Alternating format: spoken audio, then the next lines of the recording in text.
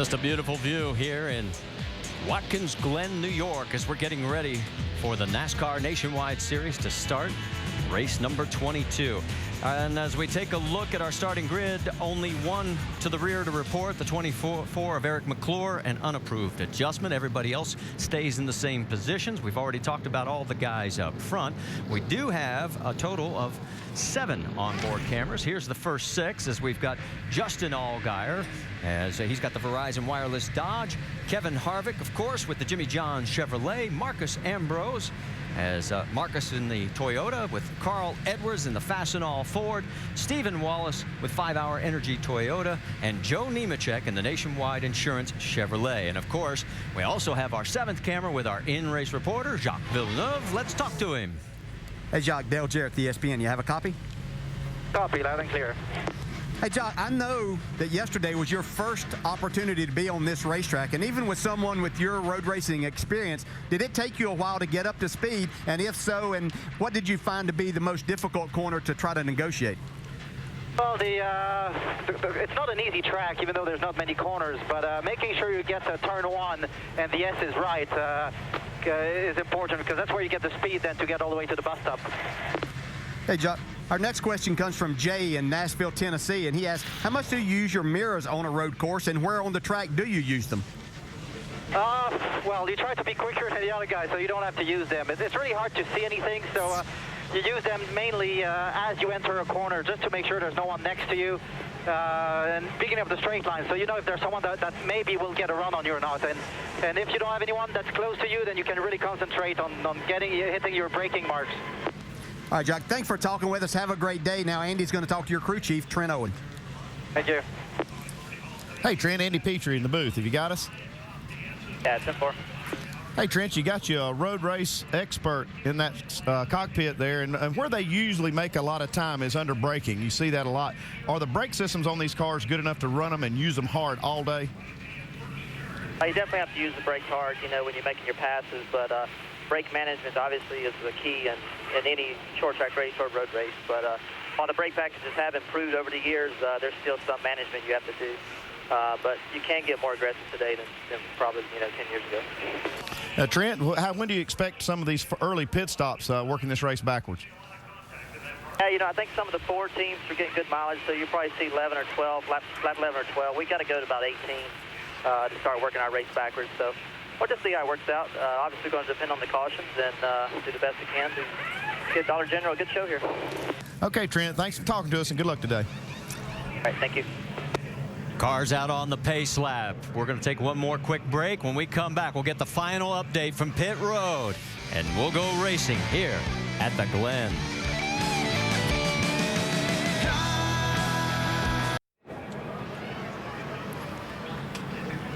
The field coming up through the S's on the second of 3 pace laps here at Watkins Glen International. And let's take a little look at the race analysis for today, because with the track being 2.45 miles, we'll go 82 laps, just a touch over 200 miles.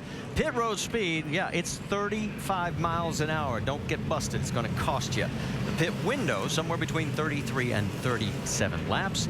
And it's going to be interesting to see how many laps of caution we actually run, because of all the safety improvements. We all think that could be a lot less. Let's get the latest from pit road. First up, Vince Welch. Thank you, Marty. 50-year-old Ron Fellows qualified a lower than expected 12th, but the expectations remain high for when the green flag drops. Fellows is a 3-time winner here, and although he had less than flashy speed in qualifying, he believes he's got a car that's fast enough and handles well enough that it's going to be very good in the race. He has the experience, the past success, a good crew, and he's got pops on the box. At the end of the day, he'll likely be one you're going to have to beat to get to victory lane. Dave Burns?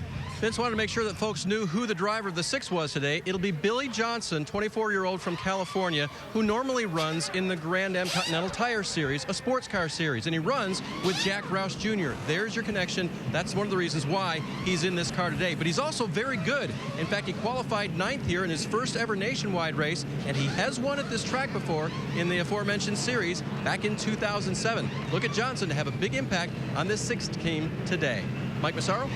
Thank you, Dave. Joey Logano describes his road course racing abilities as, well, a work in progress. So much, in fact, that he and his Cup Series team recently had a test at Road Atlanta.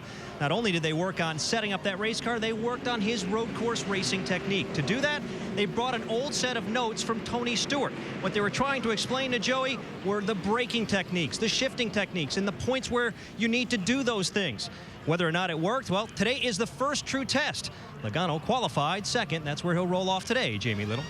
Well, Mike, point leader Brad Keselowski has gone 8 races without a win, and his crew chief, Paul Wolfe, is the first to say a road course isn't the place to break that streak. However, his entire team believes in his talent on a road course to finish today's race in the top 5. And hey, if you look at practice times, they had 1 practice session. He ended up second overall. So perhaps Brad Keselowski could be the dark horse today. Marty? All right, thank you, Jamie. You know, we were talking about fewer caution laps, and one of the things we're going to be watching is that category. Guys, want to talk about this. Fewest was 9 back in '92. The average is 15 caution laps. I'd have to be counting on less than the average just because of the changes they've made in the track. But just as soon as I start counting on that, they'll have more. Probably a record. Yeah, we talk about those changes. The reason we're talking about fewer but caution laps possibly is because the runoff areas that are now. But I think that it could possibly make these guys a little more aggressive in those areas. And even though there's areas to run off, if they tear them up, they're going to have to go out and get them. So it'll be interesting to watch that throughout the day. All right, 1 lap to green, and as you can see on the right side of the screen, we're showing you the sort of aerial view that we have with our course map as they head down towards turn number 1 on this 2.45 mile segment. Let's talk about the decline, because this thing goes downhill a lot more than it appears on television. Yeah, it's really hard to get an idea of just how downhill that is going into turn 1. Hard braking area, you're going very fast, downshifting. A lot of guys will be going to second, some even going to first gear. So it's an area that we'll have to pay particular attention to today. Really easy to get in there a little hard and get the car to wheel hopping and then spin down in turn 1. Right here's a feed, and you see him on the pedals. There's Jacques Villeneuve, and we'll get to see this shot, and you can see how they work these pedals to try to keep it from wheel hopping and try to get the most out of the brakes, and how they shift. And they don't use the clutch. You'll see Jacques Villeneuve won't use the clutch at all on the shifts up and down. So it's going to be interesting to see this. And as they continue to climb their way up through the S's, next time they go by through here, they'll be going considerably quicker. Yeah, and probably not side by side. There'll be some of them trying it, but it's not an area of the racetrack that you really want to be in that position. Well, you can get in trouble quick, and when it happens in this area, it's big. Did you see that pace car? Did a great job of picking up that piece of paper that was right there in the middle of the track. Now they would head down through the long back straightaway, heading towards the bus stop chicane. Yeah, and that's another area as we will get up there in just a couple of seconds, and you'll see that there's been improvements made there. It's been paved. The sand trap has been taken away. They actually took a big hump that was on the right side where these drivers enter that part of the race course and narrowed it, or took a lot of that out. Where it used to be about 8 inches tall, it's only a couple of inches there now. And we've seen people outbrake others to try to make a position. We saw that actually for the win. Marcus Ambrose did it with Kyle Busch. And now with that being a little less of a bump there, they might even be more aggressive getting down in here. Yeah, I can see some side-by-side racing going into the bus stop here. Maybe not coming out. Yeah, if you're on the outside right there, you could be parked over in that runoff area, that freshly paved asphalt. That's the beauty of that asphalt, though, is that when they do get over there, they can probably turn back around and drive back out on the track without having to call a wrecker to pull them out. Yeah, and we saw this area be the most difficult for these nationwide drivers in cars yesterday. As they come out through turn number 5, let's listen in quickly to Joey Logano's radio. Hi, man. Glad to have you back in the car. Let's go have us a good day. I think we got a good car. Let's go show them your road race skills. Show them what you got. Have us a good day, man. Look forward. Good luck in there, guys. That's Kevin Kidd giving his man a pep talk right before we go green. Got a lot of confidence in that young man, Kevin Kidd does, and for good reason. The last straightaway down towards turn number 6. Again, this is an area off to the right side of your screen now where they made improvements. Yeah, you set the car up to make primarily right-hand turns. You want the car to be really good in the right-handers, but this is a left-hand turn in this track that really makes a big difference in lap time, so you have to really be on your toes through there. You see him flipping all of his switches. There's a lot of fans on brakes and rear-end coolers and helmet coolers, a lot of things like that. And about this time is when the spotter or the crew chief will say, hey, just turn all your fans on and get everything going. That way it's kind of a last-minute check. All right, one more corner, and they'll be coming down for the green flag. A great crowd on hand on a picture-perfect day here at Watkins Glen. Temperature in the 70s. On the inside, driver's right, the 47 of Marcus Ambrose, our pole sitter with a new track record. Outside, Joey Logano. Then in row 2, it's Kevin Harvick, Carl Edwards, Kyle Busch, Jacques Villeneuve. That is your first 3 rows. And as they come down the front straightaway, the pace car has pulled off, and the NASCAR Nationwide Series race number 22 from the Glen is green.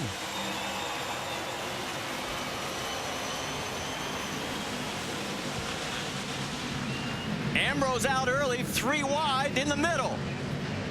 You can see contact already back there. Jason Leffler tried to make a move down, had to really get on the brakes hard.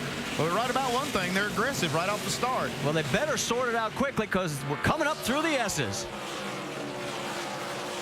For the most part, they're single file, giving each other a lot of room up through this part of the track. Whoa, and Carl Edwards gets off with 2 wheels. That could have been really close to being a problem.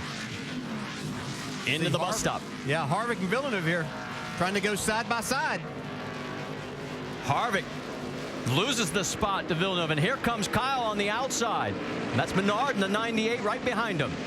Well, Jacques Villeneuve being very aggressive right here at the start. He tested to see what Kevin Harvick would do in that situation. Well, Harvick started the inside second row. Looked like he was actually looking underneath Marcus Ambrose, but then loses quite a few spots here. Kyle Busch took a look to the inside and see if he could get around Harvick. No such luck. He falls back in. The 38, Jason Leffler, side by side with Nelson Piquet Jr. Coming up to complete lap number 1, and it will be Marcus Ambrose, your race leader. Now let's go to Kevin Harvick's car because we're being told there might be some damages. And yeah, quite a bit on that left front corner. Down the side end, that left front fender's torn up quite a bit. So let's go back and take a look, see how we can see how it exactly happened. 2x2. He's going in turn 1 on the start and gets over into Carl Edwards. He's trying to make you guys 3 wide. That's where he gets that damage. Just 2 wide. From Jacques Villeneuve's car, you can see the damage from there. Right. Still there. They're flying down towards the bus stop. Yeah, he'll be lucky if he doesn't have some tire rub there, and he brakes really hard, and that left front fender goes down. Quite a bit of damage there, and with all these right-hand turns, that get a lot of deflection in that left front suspension. He's back to 5th. Let's listen in on the 33 radio. Oh, it's good. Got loose in turn 1. So he said, I got loose in turn 1, and that's the end result. On board with Kevin. Let's go back up front because it is Marcus Ambrose getting ready to lead lap number 2. Right behind him, Joey Logano doing a good job of staying with him. Carl Edwards in 3rd. And then coming back to 4th will be the Canadian Jacques Villeneuve. And if you weren't with us yesterday, we were all stunned as Harvick takes a look to the inside of Villeneuve and will not be able to do it. It's the first time he's ever been on this track yesterday during practice. Kyle Busch going a little extra wide in the 18. Yeah, as Harvick looked to the inside of Villeneuve, you could see that Kyle Busch tried to set him up to see if he might sneak in there and get to the inside of Kevin Harvick before they got to turn 2. Wasn't able to make it work that time. I think Busch has got to run on Harvick. They're going to go down that back stretch. If he can outbrake him going into the bus stop, he's got the spot. Harvick surrenders, saying, hey, it's early. That was a nice pass by Kyle Busch. And that's what you'll see a lot of times out of the hard braking area. An opportunity to make a pass you can try to get out of the driver's mirror, and he's not exactly sure where you're at. Heading towards turn 6, Marcus Ambrose with still in pursuit, the number 20 of Joey Logano. These two have opened up almost a second, a little over a second, to Carl Edwards in 3rd. And Logano was actually about 2/10 quicker the last lap, but it's like Ambrose kind of put his mind back to it here and pulled away a little bit.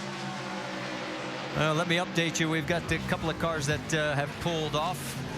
And right now it looks like maybe they're going to be the 36 and the 82. Kevin Hamlin and also Matt Carter. We'll update you, see if they come back out on track. Colin Brown, meanwhile, gets a pass underneath the 81 of Michael McDowell. Oh, it's trouble. It's Brendan Gaughan. Still coming to your inside here. Still coming. He's going to be able to get going without having a caution. Back it up again. He was running 19th, and I did not see if he got any help going around. As quick as he went around, it looked like he did.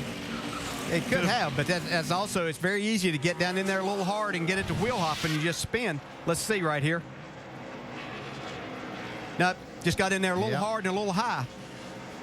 Not Trevor enough Bain. grip for that speed. Yeah, Bain makes a nice move to keep from running out up on top of him. Right along with Justin Allgaier here, you can see Brendan just gets out there a little bit wide. Not nearly as much grip in that part of the track. And as we get ready to work lap number 5 of 82, it is still Marcus Ambrose out in front. And look at the 20 of Logano, and the gap is widening between 3rd and 4th as you've got Kyle Busch all over the 32 of Jacques Villeneuve. Yeah, I noticed the last time as they went down into turn 1 that Kyle Busch was right there. Actually, it looked like he got Villeneuve to drive in that corner a little bit hard, but he gathered it back up and was able to stay in front of Kyle Busch.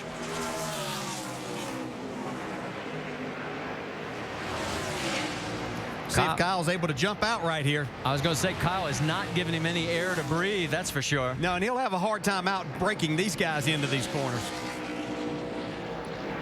See, Kyle Busch gets a little too much of the curve and loses some time through the chicane. Well, Villeneuve, if you were with us back at the Road America race, put on a dazzling display until he had a mechanical glitch that just ruined what was a absolutely outstanding run. There's your top 5 here at the Glen. Well, wait a minute, we're going to stay right here because we've had a crash or a spin. Back here at the Zippo 200 at the Glen, no change up front. Marcus Ambrose leads, Joey Logano and Carl Edwards. Now, just as we were going away, it was a local break. We tried to keep it here because Brian Scott got turned around in the bus stop. So I just got out of position getting in there, just missed that first part of it. And when you do that, you just get completely out of shape there, and you just have no way of getting the car back. He was running 22nd. He dropped back to 29th. No yellow. We stayed green. There is your race leader again, Marcus Ambrose. He's led all 7 laps so far. Now you saw a car go through the bus stop chicane. They have to slow down. They cannot gain position. They have to fall back in. Well, look at this battle. This battle has not stopped. Jacques Villeneuve has Kyle Busch all over him. Kevin Harvick is the best spectator in the house of watching these two. Yeah, you can see up in the right-hand part of your screen there, Villeneuve, we're watching him with his feet work. Be a hard braking coming up here in just a second. You can see him kind of tap the brakes, know that they're there. Man, he is laying on that brake pedal, downshifting. Front brakes are going down. Yeah, he's using a lot of brake right here. And this is kind of my question to him earlier, whether these brake systems work good enough. Looks like he's using a lot of brake, Dave.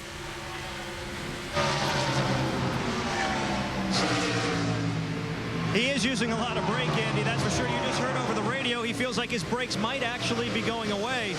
So much, in fact, his crew chief Trent Owens gave him a little bit of advice. He said, save some stuff. If so, even let Kyle Busch go because we need this car to survive to the end. Yeah, if nothing else, Kyle is putting a ton of pressure on Jacques. And, you know, the last time Braun Racing had a win was by Kurt Busch back at Charlotte in May of '08 in the 32 car. Let's get an update on Kevin Harvick. He's had the best seat in the house for this battle, Dave. Of course, he had his own battle early when that car got loose, and Ernie Cope told me it was a little bit loose yesterday, and it would probably start the race that way. You can see he's putting pressure on these guys, coming to him just a little bit. Kevin asked if they shouldn't put on 2 left side tires and just fix that left front fender on their first stop. So we'll see when they come down pit road if indeed they take on that 2-tire type of strategy to limit their time on pit road. Of course, they do have to make that damage fix as well as this battle. Look, Dre, here comes Busch. He's underneath him, and there is a little bit of contact, and he's going to take the spot, and Harvick may come right along with him. Down the front stretch, and Harvick will clear. What a move that was. I mean, Kyle Busch used all of that new paving over there to get that run and surprise Villeneuve. So Jacques drops back 2 positions. And you put him now with Kyle Busch in 4th, Harvick 5th, and Jacques now in the 6th position. Let's take another look. Yeah, watch here. You can see that Villeneuve got a little bit loose. Kyle Busch took advantage of that, was in the gas hard. You know, we talked to Jacques Villeneuve about the mirrors, but I'm not sure he had time to look in a mirror right there and see that Kyle Busch was there. First pit stop of the day as it's Billy Johnson. Let's send it to you, Dave. Marty, on and off of pit road, this was their strategy. They topped off the fuel. Now, the runs remaining for him, gosh, they'd have to be 36 or 38 to make it just another one-stop race. But they seem to think they were in some sort of a window here. Billy told his crew, I'm better than the guys in front of me, but I'm just being conservative right now. So they're on and off pit road first. Well, he was 10th when they decided this strategy. Well, we heard Trent Owen in the beginning of the race say the Fords could go farther than they could, and that he thought maybe they would pit about 12 or 13, but this is a little early. That was actually lap 9. Well, Jacques Villeneuve's got more problems. Here comes the 98 of Paul Menard. Maybe that brake issue is getting worse. He has lost a lot of ground. There you see the gap to Kevin Harvick all the way back to Villeneuve and for 6th and 7th. Yeah, they could have done him a favor by getting by him there because he didn't want to seem to give up that spot, but he was not going to have brakes enough. I don't think he could have made it to halfway before he was going to have a serious brake problem. One of the guys we haven't talked about, Nelson Piquet Jr. in the 27 and Ron Fellows right behind him. So you've got Brazil and Canada going nose to tail. When's the last time we could say that in the Nationwide Series? Nelson Piquet Jr. doing a nice job, though, in his 27 car. Michael Annette's in the pits. Mike. And the planned pit stop for Michael Annette. They go to work now on the left side. Remember, they're pitting in reverse here at Watkins Glen. They complete the stop there. Oh, a little bit slow pushing away, but finally Annette is able to get away in just over 16 seconds. All right, so the 15 takes tires. The 6 car did not take tires. And we have not seen a lot of drop-off in the tires through the course of the runs here.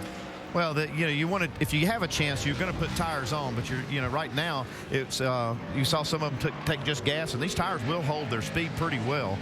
Yeah, but if you're looking at making this 2 more stops, you want the best tires you can possibly have on there for these next 2 segments. Yeah, because right now you can get 4 tires, get back out on the track, not lose a lap, and if the caution comes out, you're in great shape. The key thing there was, can they make it on fuel to the end?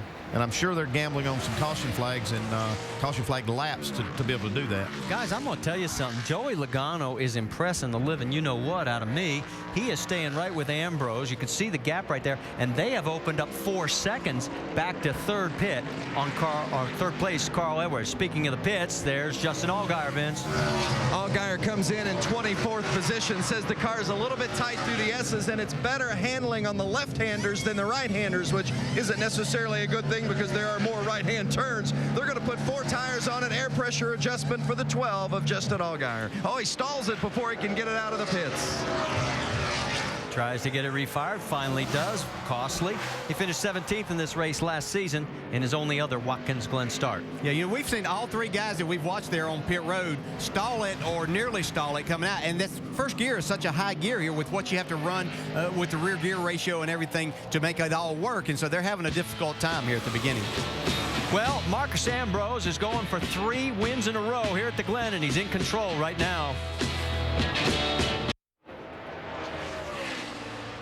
Back here at Watkins Glen, Colin Brown has done a pit stop, and he's about to go a lap down. Marcus Ambrose has stayed out. We can tell you Joey Logano is in pit road right now as he's making his way. And also the 22 of Brad Keselowski in pit road. There is Joey as he has peeled off and is now going back out onto the track as he has completed his first stop. Jamie?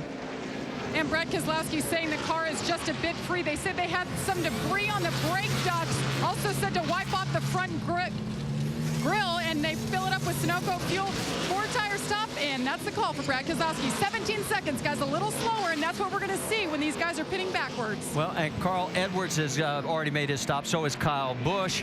Brendan Gaughan, a bunch of others have already. We've mentioned the fact that Brad Keselowski was just in. Let's go over the wall, as you heard Jamie talking about pitting in reverse here at the Glen. All right, race fans, here we go now. This nice and dreaded backwards pit stop. We just need to be nice and smooth here, guys.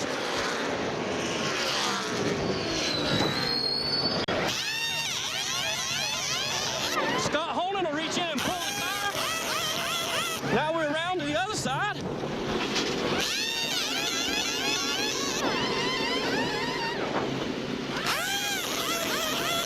That, my friends, is a backwards pit stop. Let's go. Let's go. And you may say that can't be that difficult, but believe me, when you're used to doing it every other race, but you know, 1 or 2 a year, it is a lot different. Nelson Piquet Jr. just pulling back out. Vince, anything to report? He really likes the race car. In fact, he said the car is awesome. He was running up in the top 10. John Reese, his crew chief, just been a pep talk for him in his ear, just telling him, you're doing a great job. Be patient. Continue to be smooth. They gave him 4 tires. No changes regarding air pressure or anything of the like. Very nice debut for Nelson Piquet Jr. this weekend. And you saw Marcus Ambrose heading down towards turn 1 again. He has not yet taken his first pit stop as he's working lap number 17 now. As behind him is now Kevin Harvick, Jacques Villeneuve, Ron Fellows, and then Jason Leffler in the top 5. How about Verizon Wireless customers texting champion to 43776 for exclusive champion chats?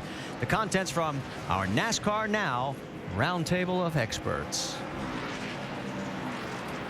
And we got another stop. The 88's in. Vince. Ron Fellows brings the 88 in. He and Tony Eury Sr. worked together at Road America earlier this season, and they finished second after starting 12th. They also started 12th today, and they believe they've got a car that can run up to the front. He said it's just a tick tight. They gave him 4 fresh tires and Sunoco fuel.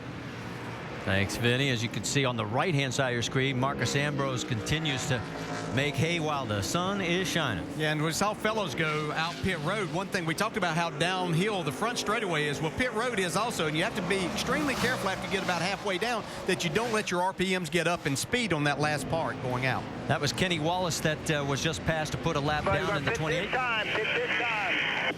It's Ambrose crew chief saying that he's pitting next time by.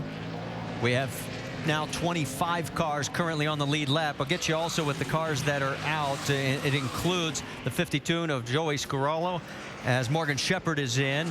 Also out is Chase Miller, Johnny Chapman, Dan Brody, Kevin Hamlin, and Matt Carter. So that updates that. And one reason that these cars are making green flag stops because Marcus Ambrose, if the caution comes out right now, Marcus Ambrose is going to have to pit under caution. He'll have to line up behind all of those cars that made that pit stop. They won't come in. So that's why they do that, because you can make a pit stop usually and get out before the cars can lap you, and you can stay on the lead lap. Boris said making his pit stop, Vince. Yeah, Boris says it's a little bit tight in the right-hander, so they're going to give him a little bit of an air pressure adjustment with those 4 tires, and of course top him off with Sunoco fuel as well. Boris said has run all 3 series this weekend, as you see a spin on the track. Tony Raines, and it looks like the caution is going to come out. If it does, it hasn't. The 6 was also in this, and they're staying green. He was 20th, Tony was, when the spin occurred.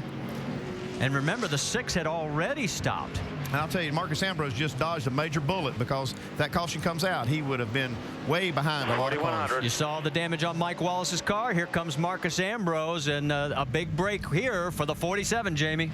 A big sigh of relief that the caution did not fall, because they were planning on pitting this time.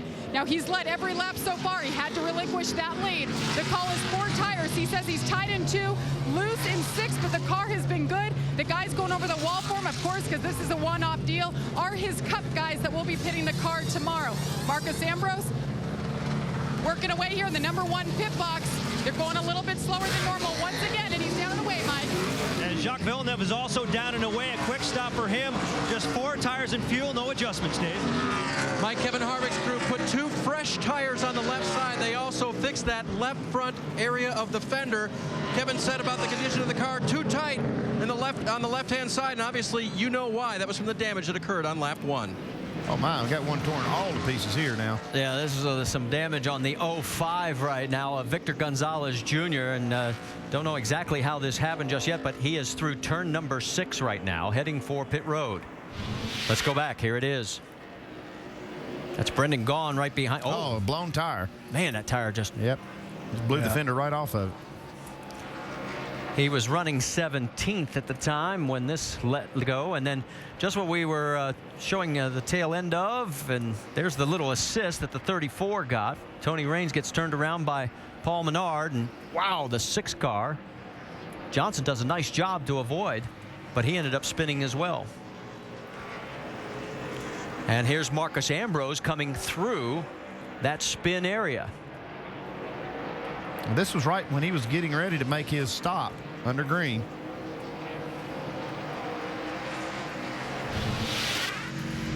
Meanwhile, Ryan Newman has come down pit lane as well. Let's send it to Dave Burns. And Marty, his last report was loose in the carousel turn, but also pressure's too low, so they'll go up all the way around. They'll want to change 4 for him to give him the air pressures he's looking for in that one car and fill it full of fuel. Ryan having a very solid day right now. 33 car of Kevin Harvick, too fast, exiting pit road. Harvick is going to be having a penalty, and here we go. Look at this side-by-side action. Jacques Villeneuve wants a piece of the 88, and he ain't going to get it. The Ron Fellows gets the better of that battle. So right now, those two going after each other, and that is 10th and 11th on the racetrack. The race leader is Joey Logano. After this cycle of pit stops, Ambrose is 2 seconds back, but that's going to be all for naught. We're going to tighten it up as it will be our first caution of the day as we're working lap number 20, and we have debris out on the racetrack.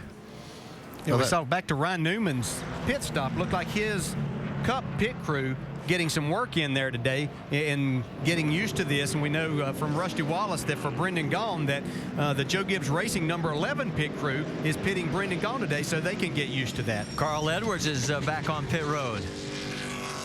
And they're pulling the fender out. Get him a radio. And that's... I think the pit road was closed on that when he came in right there. Oh, this isn't a good sign. Yeah, I'm not sure it doesn't sound like that he's got more problems. Get the water bottle ready to squirt. Yeah, they're trying to figure out. I think he might be on 7 cylinders. They're trying to isolate which one it is. Yeah, I don't think he'd have come in for the fender part. I think he's got an engine problem here. I think you can hear it. It sounds like he may have something broken in there. Maybe a broken rocker arm or valve or something. So what started out as a great day There's for something. I Carl. can't hear anybody talking, so write me a note. Tell me what's up. Get him the spare radio, Get him the spare radio. Wow. He'll be on pole for tomorrow's Sprint Cup race. He won the last 2 road course events, picking up his first win this year back at Road America. And all of a sudden, what was a really great day has gone south. Yeah, they got all kinds of problems. Engine's messing up, little miss in it. Can't hear anybody with his radio communication. Damage on the right side. Gosh. Other than that, everything's perfect. Yeah. Where you got me, Carl? Yeah, they got real problems with that engine. Test 1, 2, 3, 4. And we should point out, this is not the FR9. They did not bring that motor for Sprint Cup. And it's always interesting to see the gear shifts that these different drivers use and things like that. That's a little different one there with the Like that's T-handle. something that they made for Carl, that it just fits the way that he wants his hand to go on there. he was 3rd before the cycle of pit stop started for Carl, and they're going to send him back out. Still don't know whether he can hear everybody. Not going to matter a lot, I don't think. He's not going to run long with that engine like it is. And we're being told Kevin Harvick will be sent to the rear of the longest line rather than having to do the pass-through, since we are now under caution. Stay with us. Back here at Watkins Glen, Carl Edwards took it out for 1 lap, has brought it back onto pit road, and quickly let's go down to Mike Massaro. And Marty, I just listened in on a conversation between crew chief Drew Blickensderfer and his engineers, in particular the people from Roush Yates Engines, and the explanation to them was, look, all the cylinders appear to be running. All the wires are connected to the spark plugs. Everything appears to be good. It's just running flat. They had hoped they could fix it within the 5-minute interval here.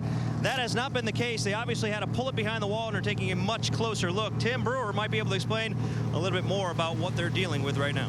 Mike, what they do, they actually check the surface temperature of all the headers. What they're telling you, they're all hot, so they're all firing. But if they go to the garage area, they're going to check. They'll pull the spark plugs out. That's the first thing. Make sure that the wires are all connected. They may even change a spark plug. But if they pull the valve covers off and they find a valve that's got a problem, what they'll do, they'll take the rocker arm off, dismantling that cylinder from firing, but the valve stays up out of the way of the piston.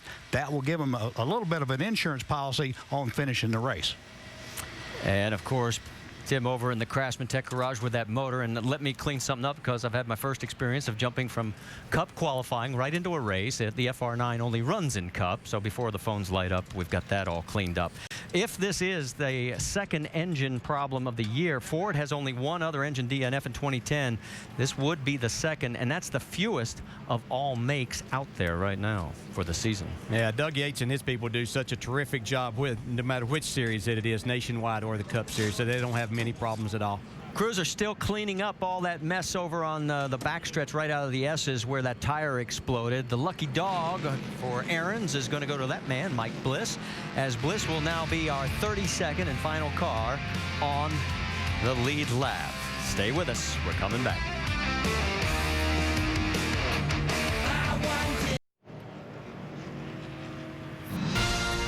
Round the bases with ESPN Sunday and Monday night for more Major League Baseball coverage. Sunday Night Baseball. It's Josh Beckett on the hill for the Red Sox against Alex Rodriguez and the Yankees at 8 Eastern time. Then on ESPN's Monday Night Baseball at 7 Eastern, it's the Cardinals and the Reds. Both games available on ESPN3.com. So you got your racing in upstate New York on Sunday afternoon and your baseball in the Bronx on Sunday night. That's a pretty good deal. That's a great day, I'll tell you what.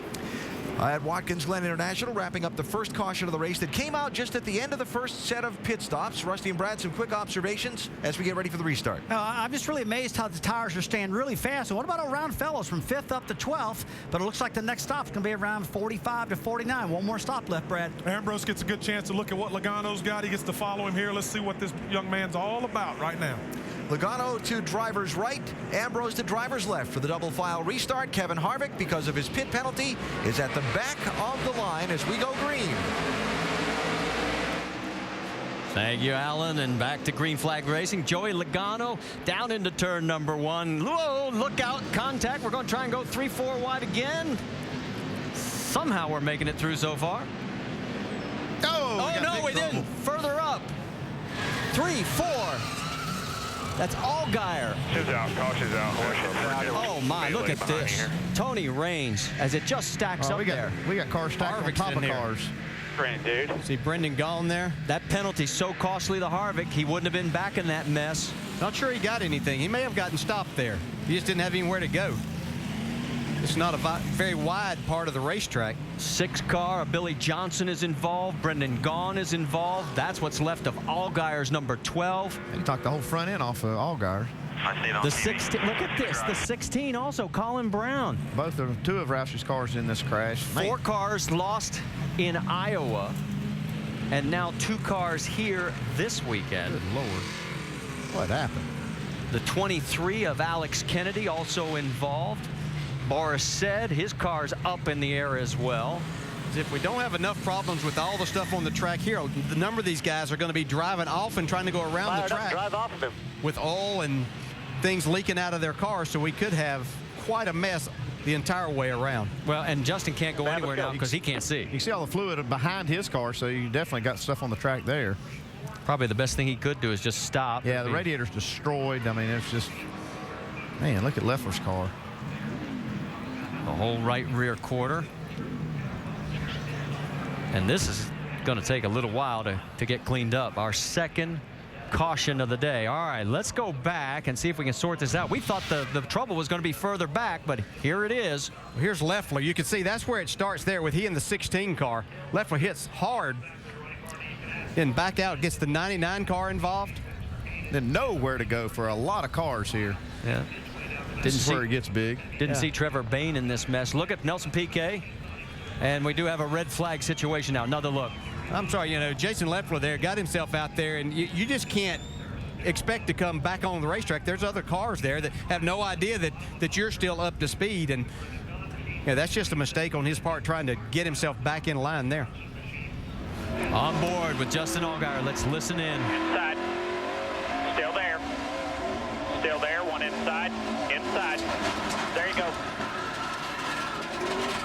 I believe we just killed it here. I think you nailed it on the head. See, what we had here is Leffler got out there, and the 16 car, who was clear down there, he was coming back out and getting himself ready. He had no idea that Leffler was going to be coming back. Just a lot of people trying to go for the same spot.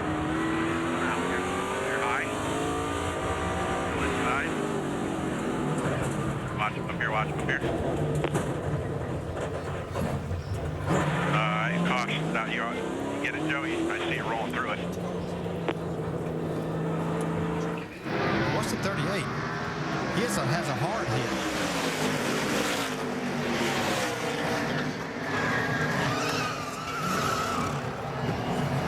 You know, give Joe Nemechek a tip of the hat. He got through that mess. And Here's watch Harvick. Up high, 390 left track, or right front. To back. Oh. Wow. What a job Harvick That did. was 2 cars that came in after Harvick was there, and he stopped and... It was like a big Lego pile that fell down, and we didn't get touched. That's a great way to describe it. So our red flag situation, they're having a hard time getting these cars. And then here's the aftermath. Kevin backs up and says, okay, guys. Get into it. They're still looking for a way around this now. I stopped, and 3 cars drove by me and wound up on top of the crash. That's exactly right. That's good play-by-play, Kevin. Thank you. Boy, you got Is that leaving the scene of the wreck? Yeah, thankfully. Yeah. Oh.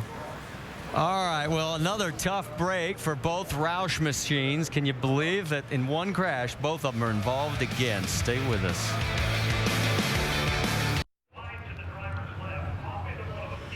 We are under a red flag situation after 23 of 82 laps here at the Zippo 200 at the Glen after a 10-car pileup right at the beginning of the S's. And you're looking at what's left of Billy Johnson's City Financial Ford as there is the list of everybody involved. Boris said, Brendan Gaughan, Colin Brown, Jason Leffler, Alex Kennedy, Justin Allgaier, Tony Raines, Billy Johnson, Trevor Bayne, and Victor Gonzalez Jr. Not sure they have enough records for all those cars. It's going to take us a little time to get this cleaned up. All right, let's take another look from high above. We thought the problem was going to be about 12 rows back. Yeah, Jason Leffler there on the right side of your screen. He was running 7th right then going down into that corner, but he tries to get back in and clips the 16 car just in the left rear. And that creates a huge mess.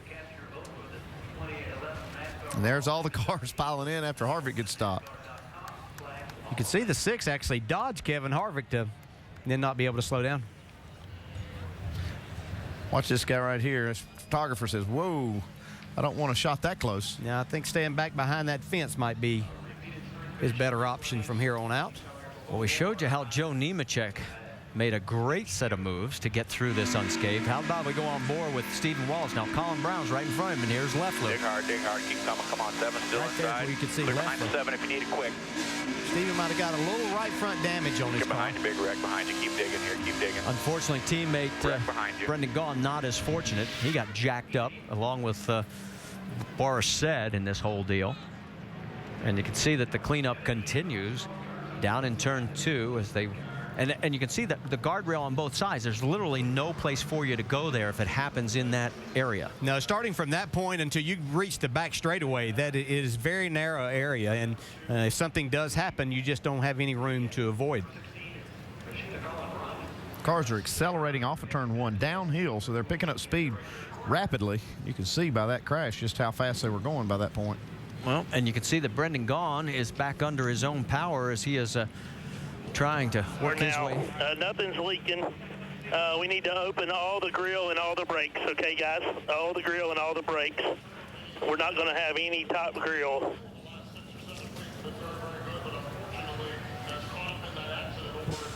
Nothing's leaking now, but I'm not sure if there's anything left in that radiator too, possibly. Maybe it didn't get it, but We'll have your rear end tracking. Just making sure NASCAR knows the official told me to skip the bus stop. Well, Brendan making his way around, and he had his 4th DNF due to a crash last week at Iowa. And while we're watching all the repairs going on, let's check in over at the Infield Care Center. Vince?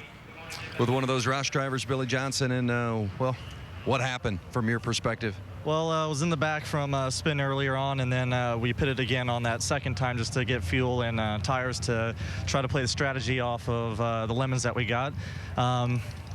on that restart was in the back and was 3 wide coming around turn 1 and was trying to get out of that situation. And as soon as my spotter was making sure I was clear of that situation, everyone was stopped in front of us and just couldn't get the car stopped quite in time, and was unfortunately part of it.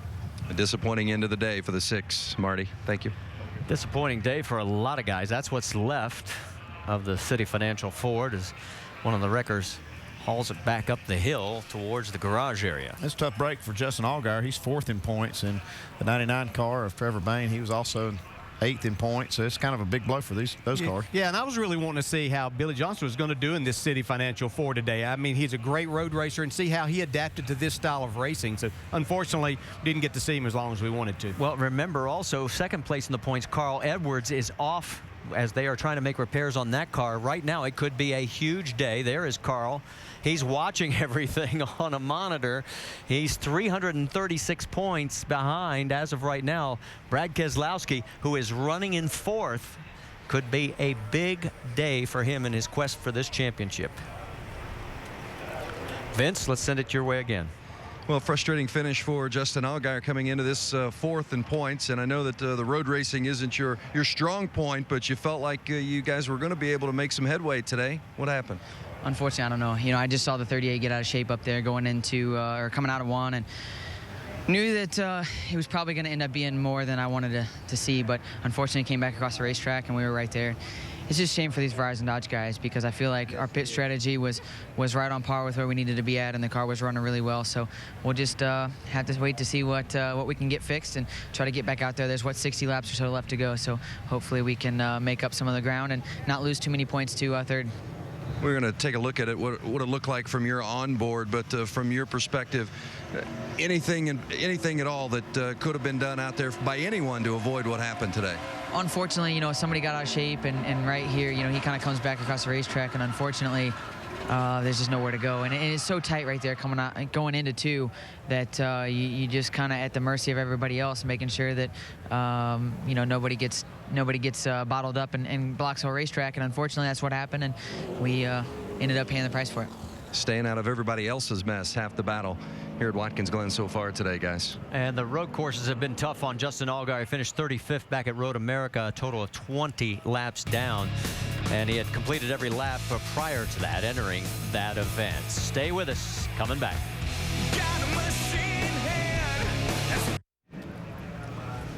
There you see the cars parked on the front straightaway. We are still under our red flag situation and completing only 23 of the 82 laps here at Watkins Glen in race number 22 of the NASCAR Nationwide season.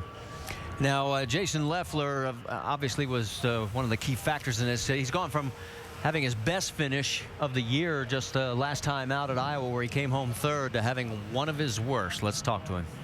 Well, they were optimistic, Marty, after running 8th at Road America, bringing that same car here, having Jacques Villeneuve in the 32 to kind of get some data and some feedback from, but certainly not the way you wanted the day to end. I know we're going to take a look at the replay here with Jason Leffler, but just maybe from your perspective, what happened there as you got off track?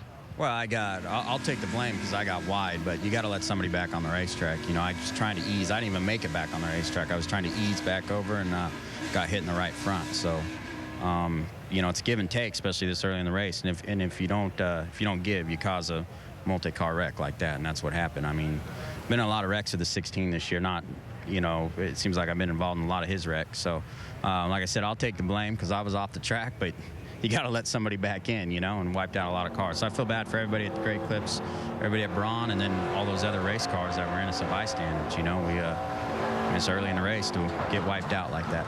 Thanks, Jason. Glad to see you're okay. Marty? Well, anybody want to comment on that? Well, I mean, he's right. You do need a break, but he's the one that clipped the car in the rear, so he should have been easing out of the throttle a little bit more to find himself a spot. He's, as he said, and he took the blame, but you know, it's racing and things are going to happen. Sometimes you misjudge, and I know it wasn't something that Jason meant to do, certainly, but did create a big accident. So if I can paraphrase, you're probably like on the freeway, you're trying to merge, and you don't pull out in front of that big 18-wheeler that's barreling down on you at 65. There's a lot of cars racing side by side there, too, and I don't think Colin Brown could do anything about even trying to give some more room right there because he was busy. Well, you can see the red flag situation is now into the 16th minute. Stay with us. We've still got a lot more racing coming from the Glen.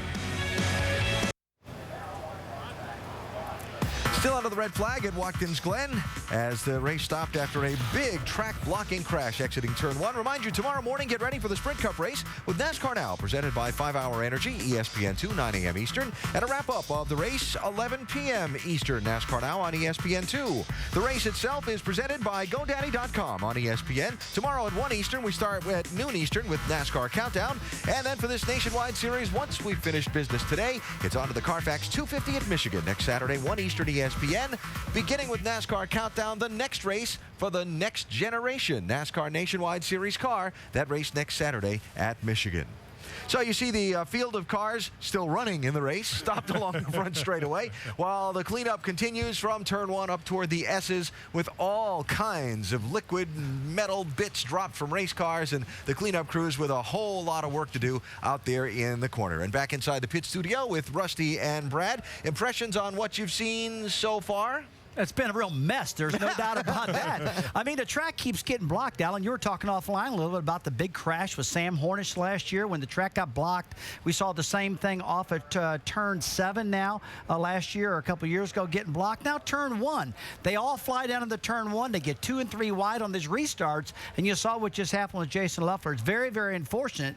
But the one thing I did see was an excellent piece of driving out of Kevin Harvick. He's a veteran. He saw it. He got to the extreme right side, got stopped. And Brad, when those guys come piling in around him, that was pretty surprising. They come barreling in there. Talk about track blocking wrecks. Let's go back and look at a few of them here. It's kind of become a pattern we've seen here at Watkins Glen. This is off the last corner in the Sprint Cup race in 2008. Oh, man, I'll tell you what, that was a hard lick, and you see Bobby Labonte come in there and just get wiped out. Sam Hornish, boom, into the barrels there. Then this was last year in the Sprint Cup race off of turn number 5. It was that same guy, Sam Hornish, and that was a heck of a lick. You see Jeff Gordon head on. Jeff Burton slams into the wall. Big time wreck. Same spot on the track, last year's Nationwide Series practice. Oh! Jason Leffler with a huge crash. Well, I'll tell you, when you hit hard, you hit here, you hit extremely hard just because you're sliding so on a flat track. And then look at those guardrails funneling down. You don't expect to be a big wreck like that at the exit of the corner, right? No, They got through the braking zone, everything should be fine. You really don't. You don't expect it, but man, look what just happened. You know, talking about Jason Leffler a little while ago, there's nothing he could have done any different. Yeah, he did get off course, but he's got to get back on course. And let's take a look at Harvick. Talking about really doing a great job. Okay, he looks up there.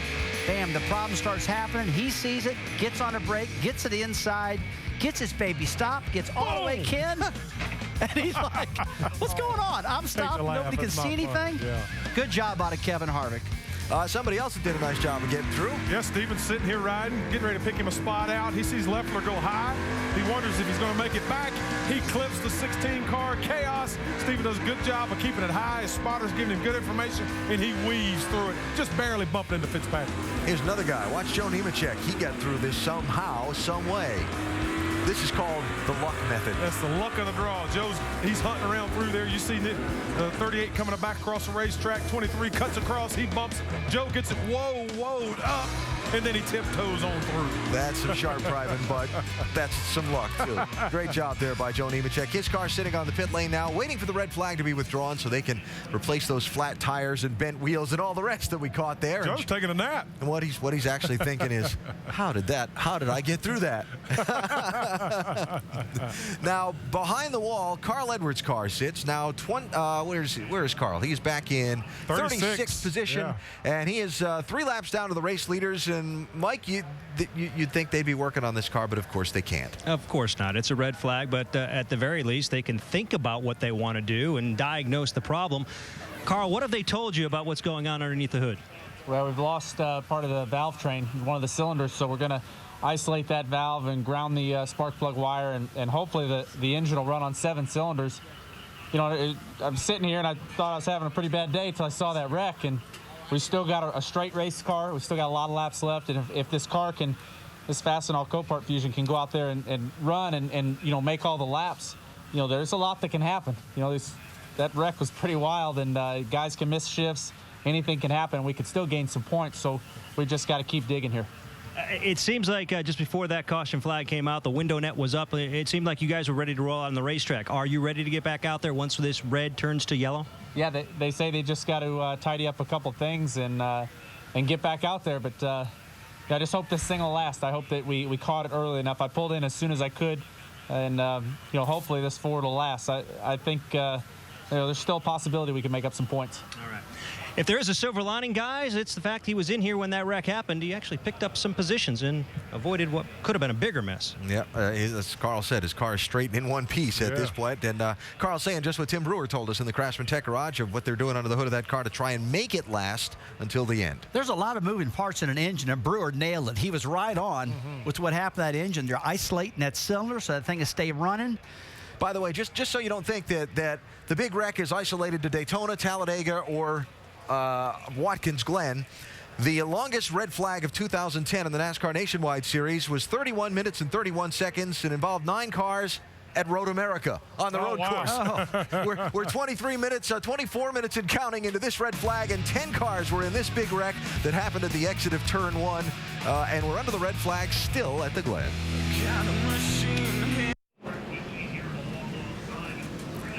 Watkins Glen International, where the red flag has been withdrawn. We're back under the yellow. Not the longest red flag of the year, by the way. Road America holds that one. Close. This one was 25 minutes and 23 seconds in the field under the caution now at Watkins Glen. Let's get you caught up on what's happened so far with a 5-hour energy rapid recap. Kevin Harvick, one of the pre-race favorites, started in 3rd position, had some contact in the first corner. Yeah, they sailed down into turn 1. There's just not enough room there. Harvick kind of gets in the side of Carl Edwards and tears his left front fender up right on the first corner, first lap. Then had a speeding penalty. It put him back in the pack. Carl Edwards has had his own issues. Carl's had a problem. Looks like he's broke a valve, so they're going to be down on power. They're trying to get that thing re-fired and fired up to get back out on the racetrack and make some laps, hopefully pick up some points if it doesn't blow up. Yeah, not hoping to let an already sizable deficit grow even larger to Brad Keselowski, who's still on the racetrack. Now, the big one. On a restart, off of turn number 1, 10 cars in a track-blocking mayhem melee. And it is a melee, too. They are blocked up, and nobody can see anything. They can't stop except for this guy right here. Kevin Harvick does a great job avoiding the big one, but they piled up 10 cars going into the S's. Mayhem melee, it's a mess. That's what it is. I love the sound effects there, Brad. Carl Edwards has fired up and gone back out on the racetrack. You heard him say in Mike's interview a minute ago that he was almost ready to go. And the final story in our race recap is this. In the exchange of green flag pit stops, Joey Logano got by Marcus Ambrose. Ambrose led the first 18 laps of the race. Ambrose pitted, Logano pitted. When the exchange was over, it was Logano out in front. Now, we've only run like 2 laps of green since that exchange of pit stops, but still, the pit crews with one more stop ahead. We'll have to see. Yeah, and we talked about Logano, how new he is to this for us for doing the road course stuff. It's going to be interesting to watch and see how he holds up with Ambrose on his tail as we got Jacques Villeneuve coming to pit road. Mike, you got more for us down there? Yeah, big man. As we said earlier, Villeneuve has been experiencing some brake problems. They're going to adjust the brake ducting a little bit. They're also going to make an air pressure adjustment for tires and fuel. They came down pit road trying to alter their strategy, trying to pull something off today, Dave. Mike, Kevin Harvick, after his remarkable save, wanted to make sure that there was nothing wrong with the tires. He didn't run through any debris or anything like that, so they are going to change they're not going to change the chassis at all. They're going to fill him up with Sunoco fuel and send him on his way. They are going to check that left rear fender area, and if there's nothing really wrong with it, the quarter panel, they'll just move on, which it appears they have. Kevin Harvick with a chance to win today with a very fast race car. Now he's got fuel and tires to the end. All right, so 5th place, Villeneuve being the only one of the front runners to pit, and it shuffles up the backside of the top 10 here as we get ready for the restart. Joey Logano leading. Marcus Ambrose is 2nd, Kyle Busch 3rd, Brad Keselowski 4th, Ron Fellows is up to 5th. We've still got about 2/3 of this race to go. Who knows what's going to happen in the rest of this one? Don't go away. Lots of action still to come.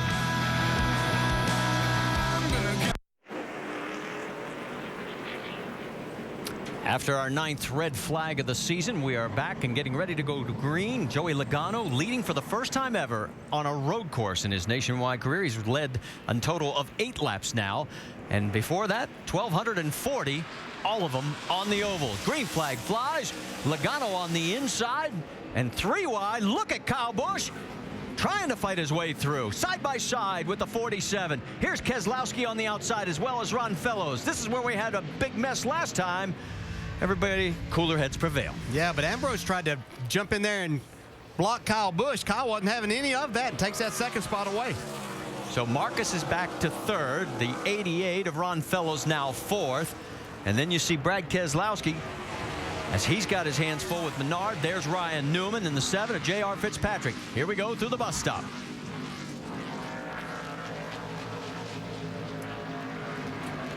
The Joe Gibbs Racing teammates running 1-2. Points leader Brad Keselowski could really pick up a bunch, over 100 over second place right now as it stands, with Carl Edwards having his problems. Yeah, Kyle Busch is racy here today, though. Fast race car. He's been aggressive in a lot of corners. He was real racy with Jacques Villeneuve early. Made a bold move to get by him right here in this corner. And he's going to make the move. Can he make it stick? They're side by side through the final corner. Drag race down the front straightaway. And it looks like Kyle's got the preferred line, and Ambrose is going to stick right on his back bumper. Yeah, Logano may lose 2 spots here. Whoa! And look at Ambrose. For a second, he looked inside. And a 3rd spot that he's going to lose. Going to go from 1st to 4th as Fellows takes that 3rd spot away. Yeah, Fellows said, son, this is how we do it. I just sort of let you hang out there.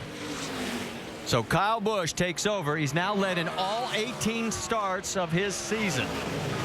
And remember last time we saw these guys going down through the bus stop together? It was fun. It's not going to happen this lap, but we'll see. A lot of laps to go before Marcus decides to pull that surprise again.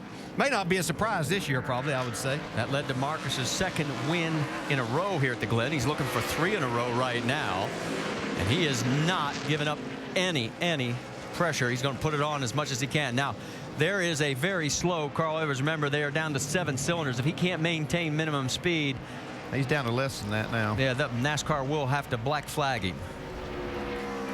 We can tell you that here comes Kyle Busch. Do you realize he has just hit the 8,600 laps led mark, most of all time? Yeah, and hadn't he led every race this year that he's been in? So 18, continues that streak. He's won over half of them. He's 18 for 18. That's right. He's looking for win number 10. Batting over 500. You think, what kind of paycheck could he get if he was in baseball? Oh, little action as we go side by side. A little further back, there's Kevin Harvick. Down in the corner, yeah, that's it. Ryan Newman's got Stephen Wallace. They're door handle to door handle. And then look out, Nelson Piquet Jr. slides under the 66. Yeah, that's a nice move Nelson Piquet put on right there. He saw what was happening in front and set him up. Well, this is a little bit different. You've got Piquet, then you've got Wallace, and there is Jacques Villeneuve. On board with Jacques. Yeah, they made that pit stop, changed tires. Looked like they got some tape off for those brakes, Andy. Yeah, they were having problems with the front brakes overheating. So they went ahead, even though they were running in the top 6, they came in off the track, took tape off those brake ducts and put some tires on, and, you know, just trying to make those brakes live to the end of the race. Jacques in 11th, Stephen Wallace right now in 10th. Stephen has a string of 9 straight races where he's finished in the top 15. Here we get that view again, and an awful lot of play in that pedal still. He's really leaning on those brakes, and that's where he's making up a lot of time. That's even a lot of brake that I'm seeing used right there going into turn 7. That's generally a place that you get off and let the car roll, and I think he may have to adjust some of that. See, he's trying to make this pass. He's trying to outbrake Stephen down into turn 1. On him hard. He's got him clear. So give Villeneuve the position, move him to 10th. Wallace back to 11th. Dave, give us an update on the 66. Well, and Stephen had a decent day at Road America earlier this year, but they had problems getting into the corner. That's where he felt he was losing the most time. He couldn't drive deep in without getting wheel hop. So they tested at Road Atlanta this week, learned a few things, and they've arrived with some new front-end geometry that Steve feels is really helping carrying him into the corner, and that helps a lot. Big puff of smoke up ahead. Couldn't tell who it was from. And Carl Edwards is coming back onto pit road. So the problem is not solved by a long shot. Mike?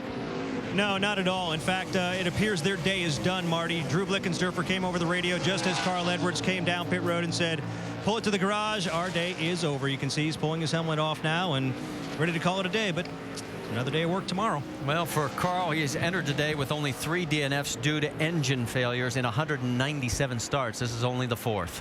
Rarely do you see those engine problems, stabilize. They just usually get worse and worse. They tried to, they gave it a good effort, but it just didn't work out. Brad Keselowski and Paul Menard have a little bit of a battle starting to brew as they're working their way. They are in 5th and 6th place, respectively. Yeah, Paul Menard doing a nice job here today. Been fast pretty much the entire weekend. Got himself up in the top 5 right now. Last time we were at a road course, it was at Elkhart Lake, Road America. Paul Menard had a great run there. Let's go back up front because the battle for the lead is still that close. And Ambrose all over the back bumper of Kyle Busch. He is so good through that bus stop section. He just makes up a lot of time there. He is going to worry him to death if he doesn't get by him. Good clean racing, though. You heard him feather the throttle. He could have just as easily gotten up into him there. Takes a peek to the inside, says, no, can't get it done there. Yeah, if that had been lap 81, it might have been a different story, but at lap 30, he gave him the benefit.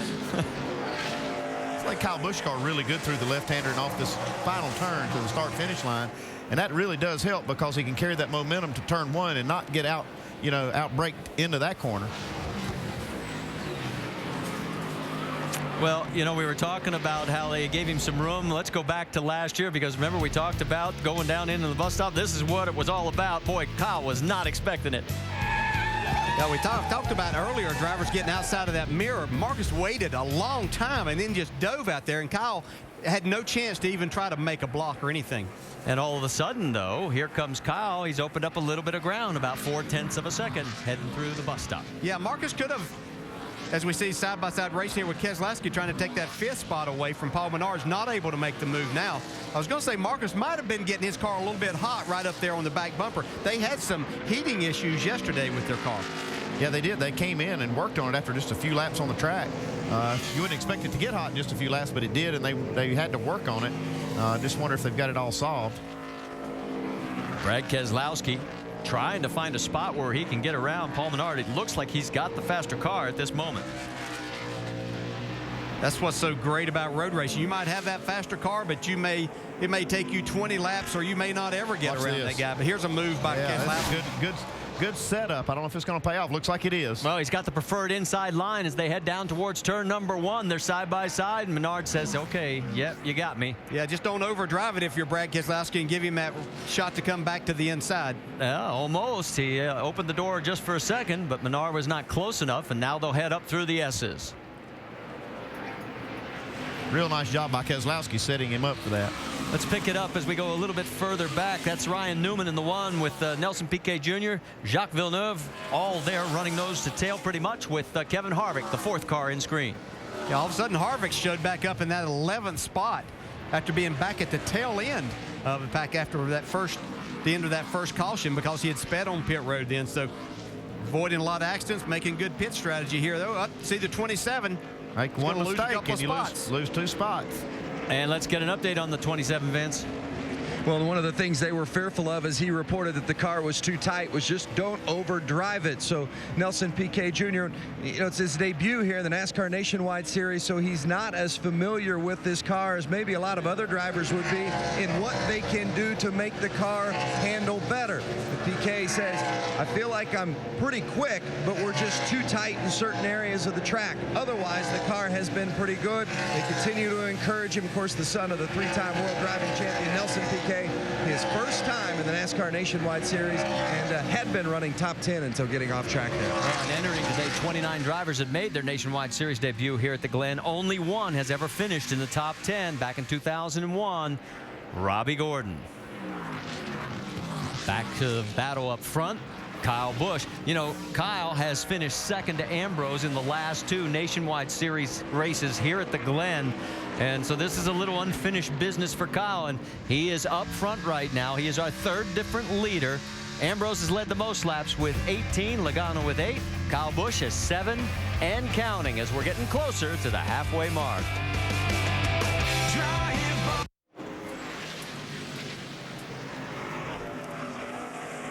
Back here at Watkins Glen, there is the battle for the race lead, still joined by Kyle Busch with Marcus Ambrose following him. Make sure to go to Goodyear.com to check out Goodyear's Support Our Troops program. There you can send a thank you message from a NASCAR driver and enter for a chance to win a 2011 Ford Taurus and other great prizes. While this battle continues up front, another one that we want to focus on, the battle for 9th place between Jacques Villeneuve and Kevin Harvick. They're about 19 seconds behind the race lead, but we've got foot cams on both of these cars, and here's what it looks like. This is so good right here. Watch, that's Kevin Harvick obviously on the right. Villeneuve, who's in the night spot. Harvick trying to take that away. So they have to burp the throttle just a little bit through that corner. Now they're upshifting.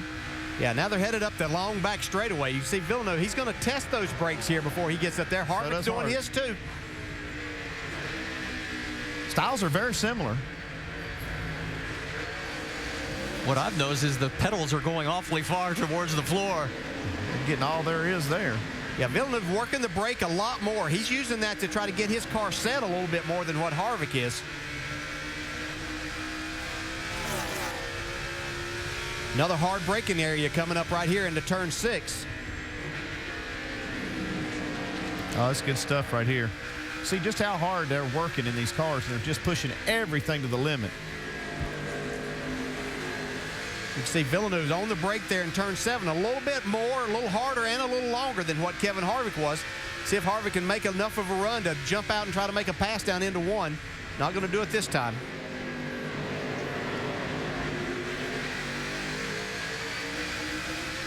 While we're watching this, the battle up front is still the same. Kyle Busch in front of Marcus Ambrose. Let's go back and check in with the race leaders. As that battle continues, here's what it looks like. This is exactly where we left them last time. We've got 2 great battles inside the top 10, and this is for the race lead. Not even halfway yet. I don't know how hard I would push my car at this point if I was Ambrose. Just got word that the 60 is officially out of this race, so Carl Edwards is done. The best he can do is 31st. That'll put him at least 300 points behind, and maybe more. Yeah, Kyle does a nice job, as you were pointing out there, Andy, getting off of that last corner, turn 7, to where he can't get a run, or where Ambrose can't get a run on him. Jamie? And Kyle Busch's only complaint for the last 20 laps, he's all over me, guys. He's watching his rearview mirror. Remember, Jacques said you're not supposed to use that thing, but he is keeping an eye on the guy right behind him, Marcos Ambrose. Meanwhile, Marcos says his car is just a little bit tight. That's been the only issue. He has not complained about heating, though, guys. This was the problem yesterday. They swapped out the radiator. That doesn't seem to be a problem. You see the 33 and the 32 side by side, but up front, guys, the great news is they're all about the race win. Don't have to worry about points. I have a feeling this is going to go down to the wire. Marty?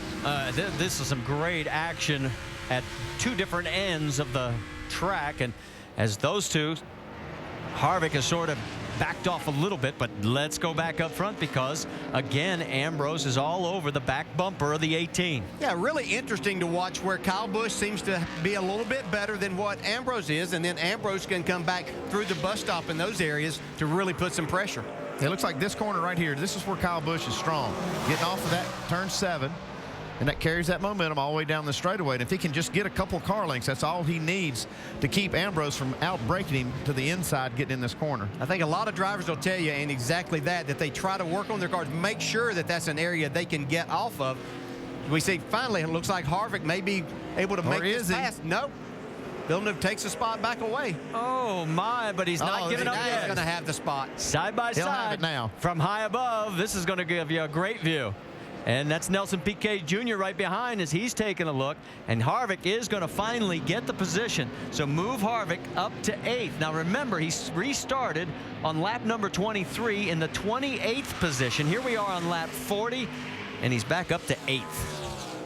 Well, he's getting himself back into position if we happen to have a caution flag somewhere along the way that he could challenge for the race win. He's way too far back right now, over 24 seconds behind, but that can all change. Well, remember one other thing. His last pit stop was on lap 25. Our race leader, Kyle Busch, last pitted on lap 13. Second place, Marcus Ambrose, pitted on lap 18.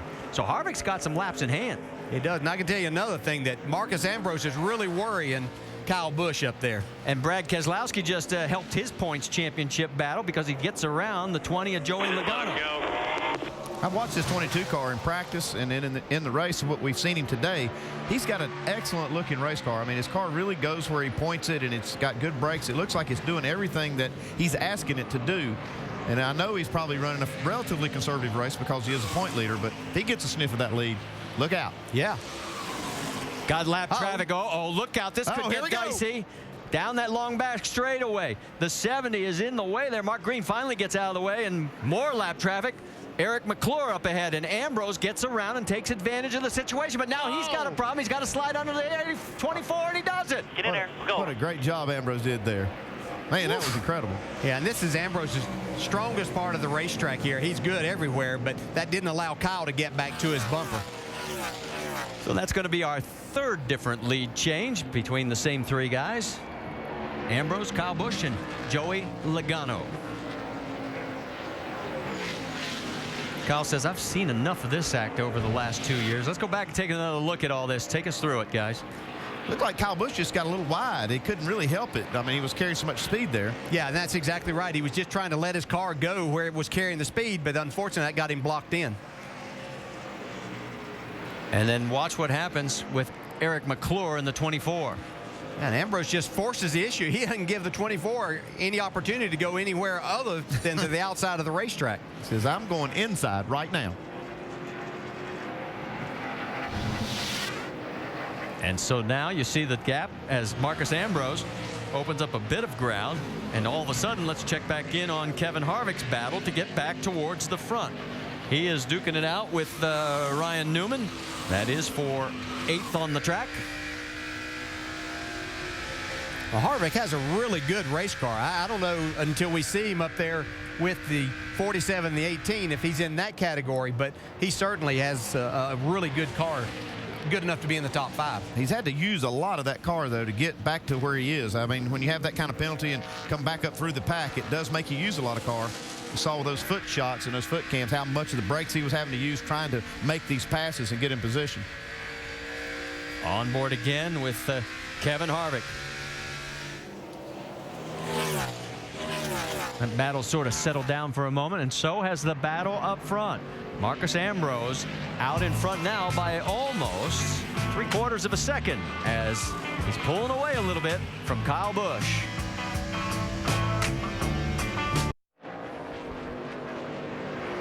Welcome back to the Zippo 200 here at the Glen. Make sure to go to NASCAR.com for all your latest NASCAR information. Don't forget, tonight ESPN has the Pro Football Hall of Fame enshrinement ceremony. 7 are going to be inducted, including standouts Jerry Rice and Emmitt Smith. And Chris Berman won the Pete Rozelle Radio Television Award at 7 p.m. Eastern tonight on ESPN, the Pro Football Hall of Fame enshrinement ceremony. Marcus Ambrose has just nailed the fastest lap of the race at a minute 13.1 seconds, and you can see that translates to that gap of about 1 second plus over Kyle Busch. Back in third, it's Ron Fellows, 10 seconds back. Then Brad Keselowski, Joey Logano round out the top 5. Good battle here between Ryan Newman in 9th and Jacques Villeneuve in 10th as they're trying to duke it out between themselves. You know, we were looking at the top 11 during the break. 5 were not born in the U.S., so we have a very good international flavor as there goes Villeneuve taking a look underneath. Can he get the car to woe down enough? And he's going to drift out wide. He had it, but just too much speed. I'll tell you what, guys, I've been watching all this and watching the laps wind down. We're on lap 45, and that's when the leaders last year pitted and won the race at that lap. So, Andy, it looks to me like between 45 and 49, these guys are due in.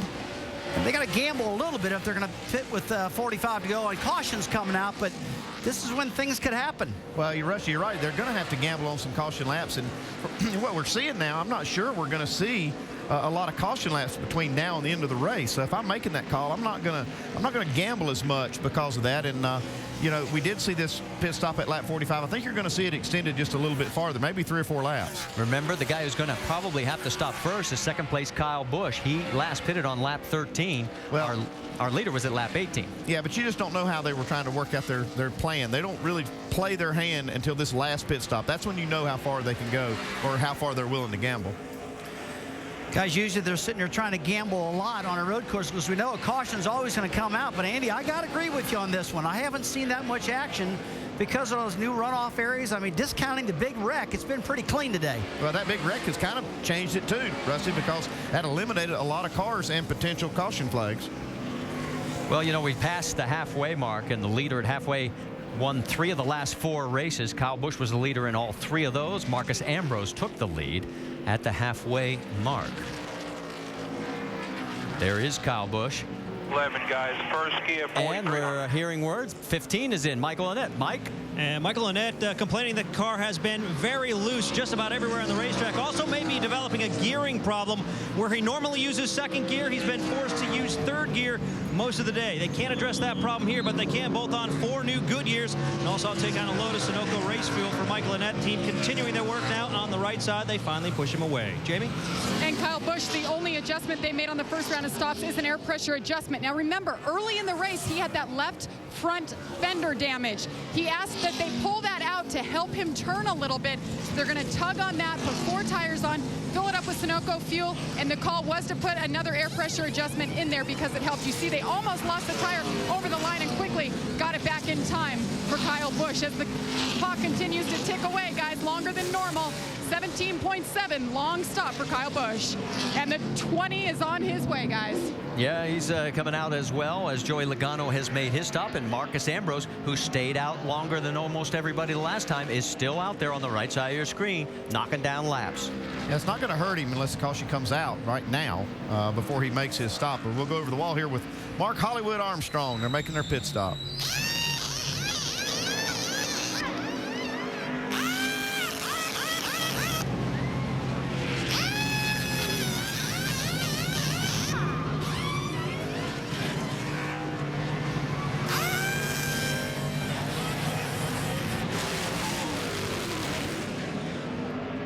You saw while the pit stop was going on, we also had the car go off course down in turn number 1. Vince, let's get an update.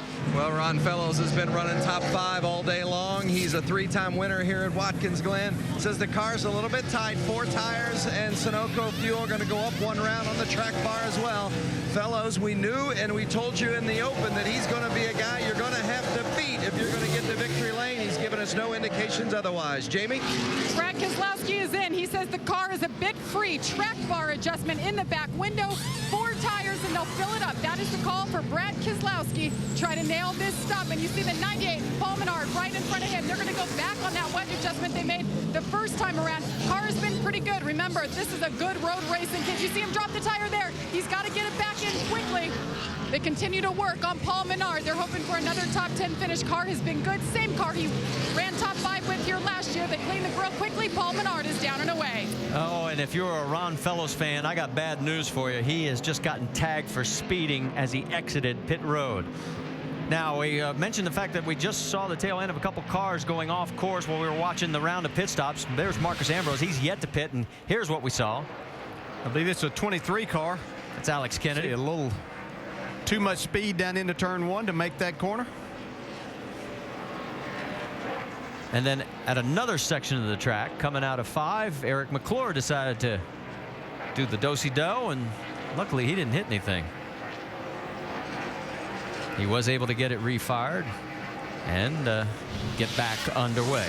And he is now in pit road and getting service as well after flat spotting the tires. And certainly NASCAR looks at spins on the road courses differently than we would see on an oval. There is a lot of room out there, and these guys are able to crank up and get going a lot quicker. So that's why we're not seeing the caution flag thrown. You know what I'm looking at right now? Kevin Harvick's in second place, running about 74-second laps. Ambrose out there on those tires at 73-second laps. So he is still knocking them down. And can tell you, let's give you an update. Justin Allgaier has gotten enough repair work done. He is back into this race, shown in 31st position. We already mentioned Carl Edwards is out. There is the slightly modified front end of the 12. Yeah, we've got quite a battle here with Newman and Jacques Villeneuve and Nelson Piquet Jr. all going at it pretty hard. That's Colin Brown also. Did Newman point to the inside, sort of giving him the looks signal? like he's ready. He may be coming to pit road. He was trying to give those guys an opportunity to go. And that's exactly what he was doing. So Jacques Villeneuve will get the spot a little easier than having to pass him for it. As we mentioned, that is Colin Brown. He's back out on the track after that 10-car pileup, just trying to score points. We've also got J.R. Fitzpatrick in the pits. Let's send it to Vince. J.R. Fitzpatrick ran 7th at Road America, and he's just running his 2nd race this season, but he's been impressive running 3rd as he came in for this pit stop. Car is a little bit loose off. They're making a 4-tire change and air pressure adjustment on the 7 of J.R. Fitzpatrick. Dave.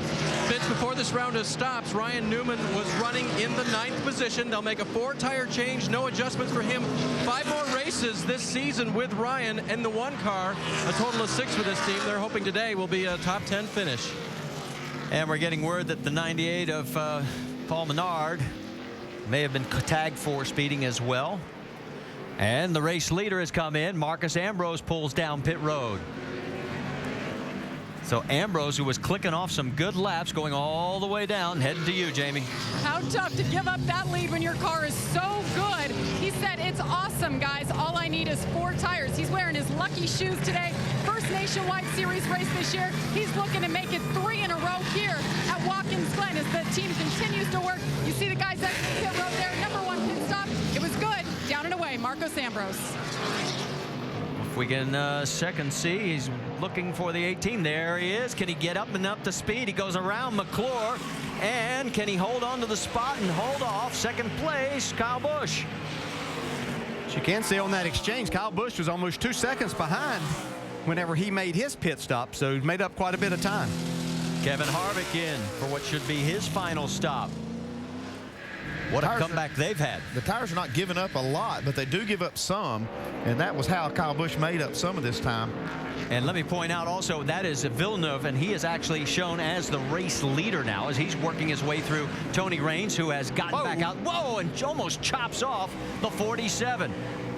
That's Brian Keselowski in the 26, who's lap traffic as well. So there's 1st, 2nd, and 3rd now in your camera shot. Now remember, Villeneuve last pitted on lap 25. That's why he's still out there.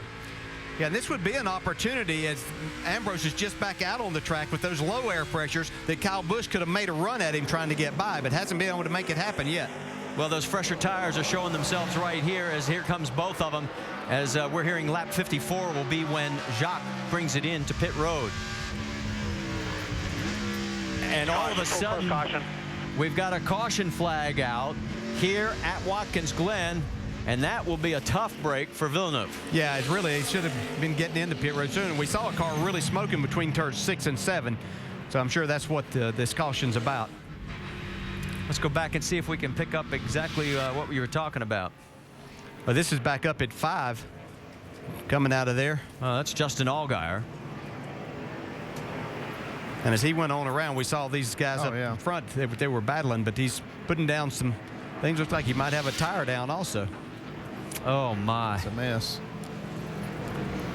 Luckily, it's off the race line, but that is in a section where you still don't want to have anybody getting into it because it's just going to all skate. You're getting ready to see why you don't want to be on the track when the caution comes out without having made your stop, because you see that Villeneuve running 2nd. You'll see where he restarts this race. And even if he decides to stay out, maybe make a pit stop under green, he's just going to lose all that time. But you know, this is a bad break for Villeneuve. Yeah, and it'd be no sense in staying out there now. I mean, they're close to their win and they need to go on and get on pit road. But you're right, Andy, he's going to start back pretty far unless he can get some of those other guys that are back there to possibly pit to make some adjustments on their cars. So it is Ambrose, Villeneuve, Kyle Busch, Brad Keselowski, and Joey Logano, your top 5. And Michael McDowell is shown in 6th. But McDowell is just like Villeneuve. He's stopped back on lap 25. He's going to have to give up all that track position as well. Yeah, when all this shakes out, it's going to look like that Kevin Harvick's going to be up there probably in about the 5th spot. So that's going to give him an opportunity to kind of show what kind of car he does have. And remember, at one point, he was, what, 23rd, I believe. 28th after the lap 23. Well, and our Aaron's Lucky Dog is going to go to the number 15 of Michael Annett. Michael currently in the 21st position. So he will end up getting back on to the lead lap. Let's also update you. Morgan Shepherd's now listed out of the race. Brendan Gaughan came back out, took it back off. Tony Raines came back out. He's 21 laps down. Trevor Bayne is 22 laps down and running. Edwards and Allgaier is now pulled off. Leffler, Johnson, Gonzalez, Scarallo, Miller, Chapman, Brody, Hamlin, Carter, all of those cars are out for one reason or another here at the Glen.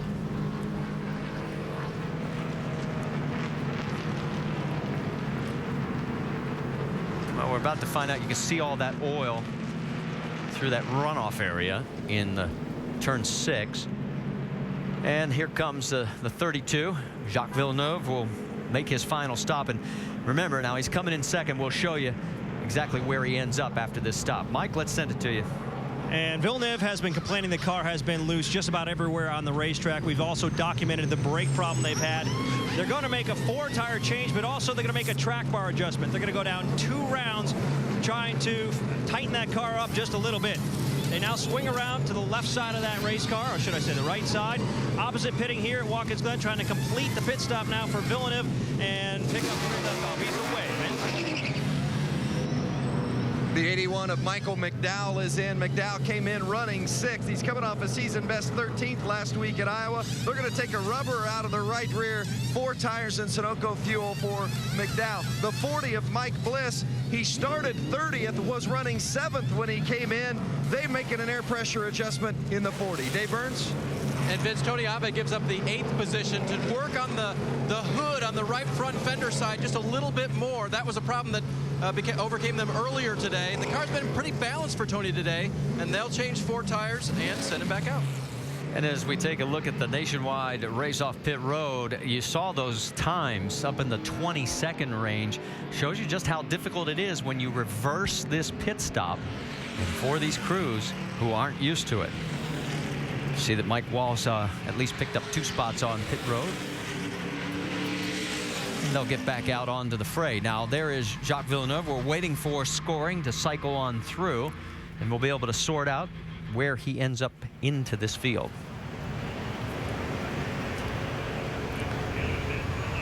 Under our 3rd caution, remember we talked about the number of caution laps. The average is 15. The fewest we've ever had here is 9. We are working our 7th lap of caution right now. We were wondering if the safety changes and getting rid of all the sand traps would speed that up. And so there is Jacques Villeneuve, and I'm looking down at scoring, and they're showing him right now in 14th position. Yeah, being back here is not going to help his brake situation any, so he's going to have to be hard on him and trying to make some passes here. Well, while we continue under this 3rd caution period, we have completed 53 laps, 29 to go here at the Glen. NASCAR Nationwide Series at Watkins Glen is brought to you by Verizon. The signal is yours. Wield it to transmit anything you want. Verizon. Getting into the final 3rd of today's NASCAR Nationwide Series race at Watkins Glen. It has been eventful so far. A big 10-car pileup that blocked the track at the exit of turn 1. Everybody okay in that wreck. Carl Edwards, one of the championship contenders, out. Engine failure. Marcus Ambrose and Kyle Busch putting on a whale of a fight for the lead. Ambrose pinning Busch in traffic to get the lead back, and then just barely hanging on an exchange of pit stops. And now we're getting ready to go racing with 27 laps to go. And Ambrose and Kyle Busch, the 2 guys who decided last year's race between them, are running 1 and 2. Those 2 guys running every single lap like it's a qualifying lap. I've been looking at their lap times, and they're really fast. I mean, they just will not give up and pace themselves. Brad, it's like it's 2 laps to go in the race, and it plays $1 million to win. Yeah, I mean, they're duking it out, and I hate to see Jacques Villeneuve lose all those positions, getting caught into that caution. I'd like to send him up there mixing it up with Kyle Busch, Marcus Ambrose, and Brad Keselowski, who is fast as well. And as we watched farther back in line, looking for that bright yellow 32 car, Jacques Villeneuve was 2nd when the caution came out, just being passed by Marcus Ambrose. Tough break. And the timing of the caution has just ruined their strategy. He's back in 14th now, Mike. And that's pretty accurate, pretty good assessment, Alan. We'll catch up with his crew chief now, Trent Owen. Trent, what effect did that caution flag have on your strategy? It pretty much killed it. we haven't had the speed in the car to run with Ambrose and Kyle Busch and all them guys up front. We had about 7th or 8th fastest in lap time, so we tried to get a little further on fuel. We know those guys are pushing it right to the end of the race. We were gambling there was going to be some green-white checkers and some of them guys would run out. That was about our only hope to try to win, and that's what we're trying to do. So yeah, it kind of killed all that, but you know, hopefully we'll get another caution, about 15, 12 to go. We can come in and get some tires and steal some spots that way, but that's about it for us. Jock's done a great job, as always, and we'll just see how many we can get. Well, Jamie, still a little bit of optimism here, but they're being realistic about their expectations moving forward. Absolutely the same down here in the 47 pit. Frank Kerr, crew chief, doing double duty with your driver this weekend. I walked up here and you looked a little stressed out. How are you feeling about this time in the race? I feel a lot better that we're leading here. Marcus done a great job. And, you know, we've had a good car all weekend, really, on both sides. So, you know, on the road course, he's the man. And, you know, you just give him a good race car and he's going to take it from there. All right, I know you're telling him to save fuel. Are you telling him to shut this thing off? If he shut it off, it's on his own, and he probably learned his lesson a couple months ago, what to do and what not to do. It was heartbreak at Sonoma, but I think he's doing all right as long as he keeps it up front. Good luck to you. Thank you. Let's go back to Alan. All right, Jamie, thanks. Well, we can tell you, because we've got the onboard camera. That was not in the game plan. He didn't get the itinerary. Listen. Yeah, he didn't get the pre-race itinerary. Like I said. That's the team owner here. Big Brad Doherty, co-owner of that team. So saving fuel to the end. And again, if you're not recalling off the top of your head, Ambrose was leading the Sonoma Sprint Cup Series race, trying to save fuel and stretch it to the finish, when he was doing this very same thing, shutting the car off. And he shut the car off and it just wouldn't refire.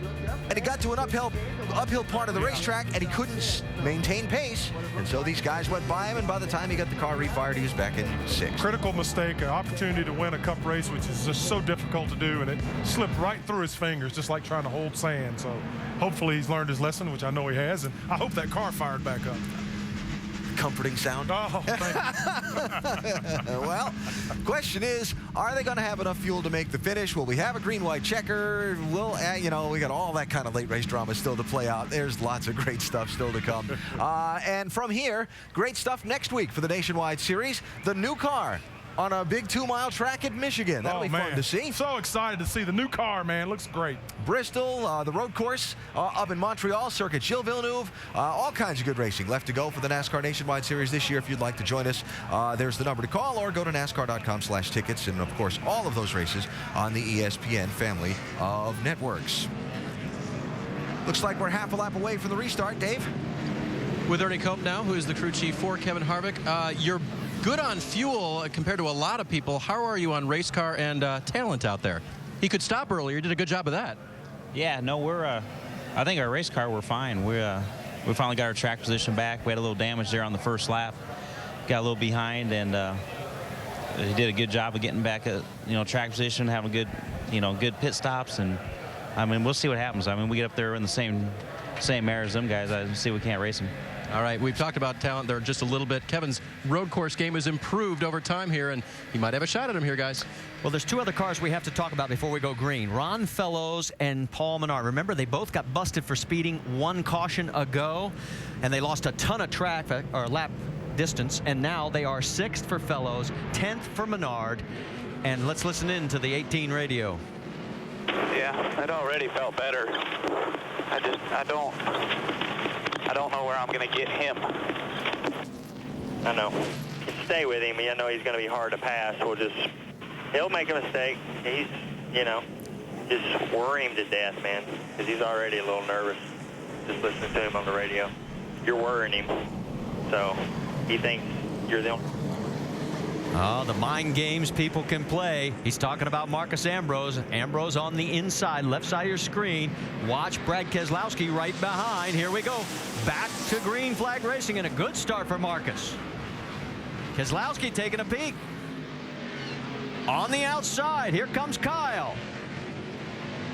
He runs up over the curves, falls back into line. They'll go up the hill first and second. Yeah, staying with him right here, and slides out. I was going to say he might be able to get a run up the back straightaway and try to outbrake Marcus into the bus stop, but that's not going to happen this lap anyway. Joey Logano managed to hold off Kevin Harvick as well. Here comes Keselowski taking a peek, but he's not going to have enough distance. Further back, here comes Ron Fellows. He's taking a look to the inside through the chicane. He picks up a spot. Wow, what a move that was to pick up that spot by Fellows. Well, 3 races this year have been won by guys who have been busted for speeding. Maybe Fellows comes back. Who knows? Well, all of these guys are going to have to pull all the talent and resources they have. They're going to beat this cat out front. Look at Fellows. Here he comes again. He's going to pick up another spot. He gets around Nelson Piquet. His next target is Kevin Harvick. Remember one thing about Fellows, he led only 7 laps when he won at Montreal back in August of 2008. Here he comes with Joey Logano, side by side, down into one. He thinks better of it against Keselowski. Everybody's starting to use more of the racetrack now. 25 laps to go, a little more action further back. How about J.R. Fitzpatrick? As Fitzpatrick, coming off that 7th place run at Road America, has his hands full right now with Ryan Newman and now Paul Menard. Menard getting forced out just a little bit out of the groove. Yeah, that's pretty dicey. Looked like Menard's got some right front damage now. I don't know if that just happened right there. He definitely has the right front fender bent in. On board with Stephen Wallace there for the moment. You could see the view he had as he is working his way through the bus stop chicane. Wallace in 11th position, trying to keep that string of top 15 finishes intact. Let's go back up front where you can see that, boy, Marcus Ambrose has opened up some room. And here comes Logano getting racy. Looking inside. No.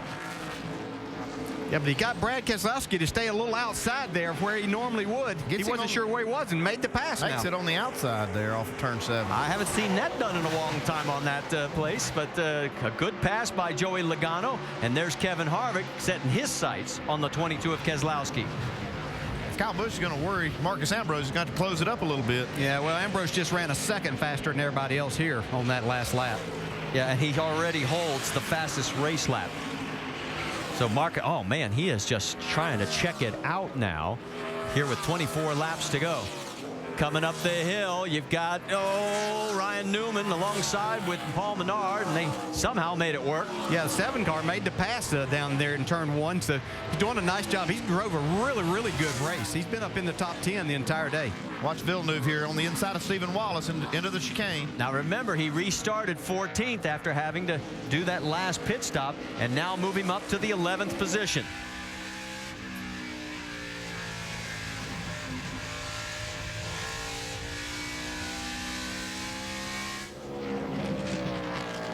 There's Villeneuve coming down. His next target is Paul Menard in the 98 if he can close on him. He's got a little ways to go there.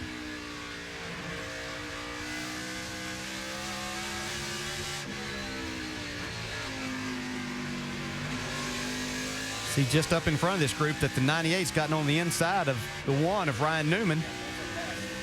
There it is. Menard diving on the inside. He's got the preferred line coming across his bow, gives him plenty of room. Now he hangs out way too far, and it's going to cost him because here comes Menard taking the spot. Yeah, Newman tried to stay on that outside and carry a lot of speed down in there, but it was just too much. It didn't have enough grip with the tires. Menard was able to make the pass, take over that 9th spot. And because of the mistake, look at the distance he quickly puts on Ryan Newman. Of course, Newman won this race back in 2005. If I remember correctly, that was his first Nationwide Series start.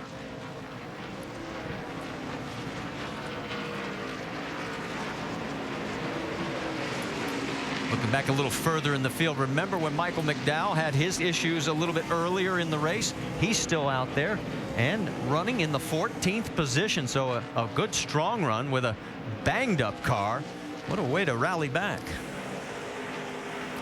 Well, Logano put a lot of pressure on Kyle Busch now for 2nd spot. And let me clean up Ryan Newman. It was his first time here in the Nationwide Series when he won back in 2005. So that sets the record straight there. And Kyle, his teammate Joey Logano, starting to put a little pressure on him. The lead is up to 3.4 seconds.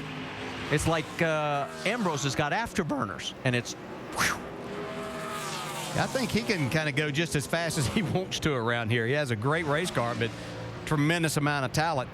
Battle's going to be for 2nd right now. Never know what will happen, so these guys have to race hard for that spot. We saw Logano be really strong early in the race and then fell back for a while to 4th and 5th spot. Now he's putting a lot of pressure on Kyle Busch for this runner-up spot. And in 2 laps, the lead went from just under 2 seconds to almost 3.5. We'll keep our eye on that, but you're right. Right now, that's a pretty good battle for the next 4 spots. Let's check in with Mike Massaro. Well, Marty, you just heard Dale say, talking about Joey Logano falling back a little bit over that last run. Well, over that course of that last run, they thought they had a bad set of tires.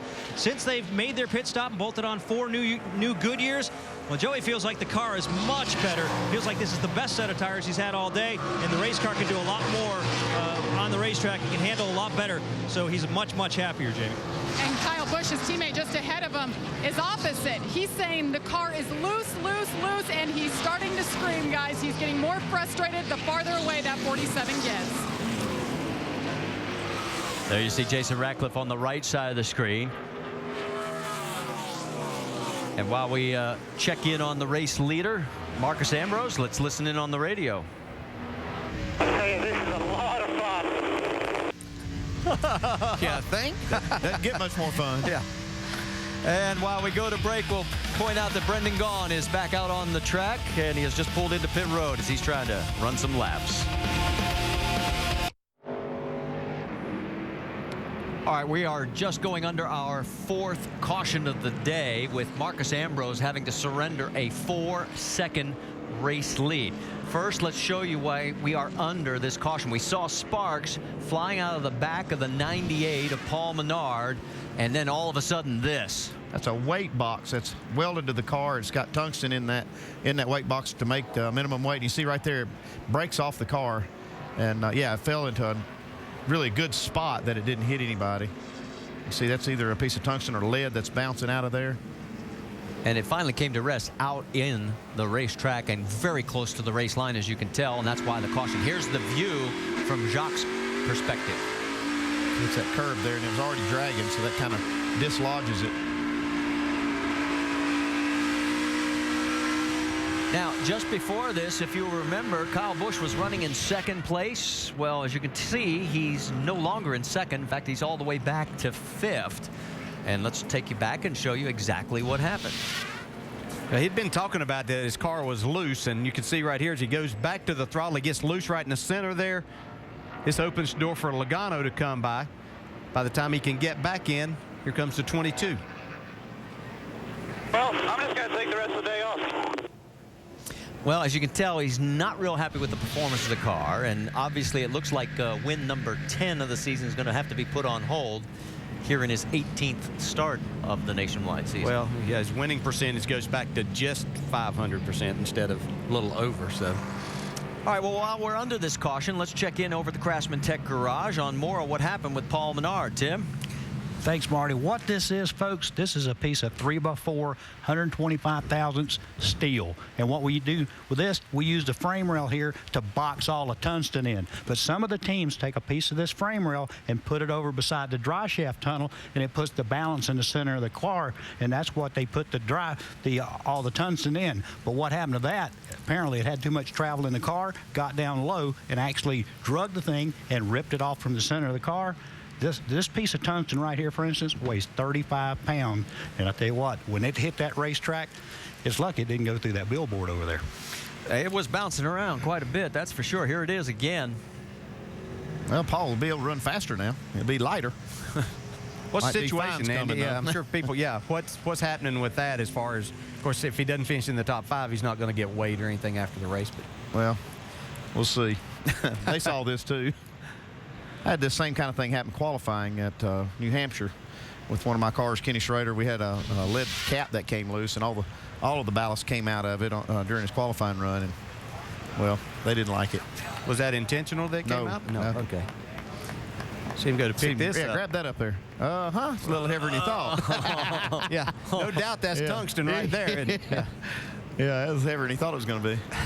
Yeah, I mean, it looks so light until you really go to pick it up, and you can see just how heavy it really is. So right now, it's Marcus Ambrose leading Joey Logano, Brad Keselowski, Kevin Harvick. Boy, remember when Harvick was so far back after his penalty? Kyle Busch is 5th. Ron Fellows rounds out your top 6 with 18 laps to go.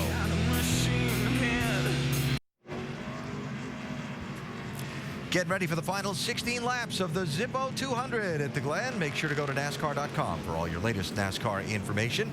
See, the field's been given the signal back at the bus stop that when they get to the start-finish line, we will go green for the final sprint to the finish of this one.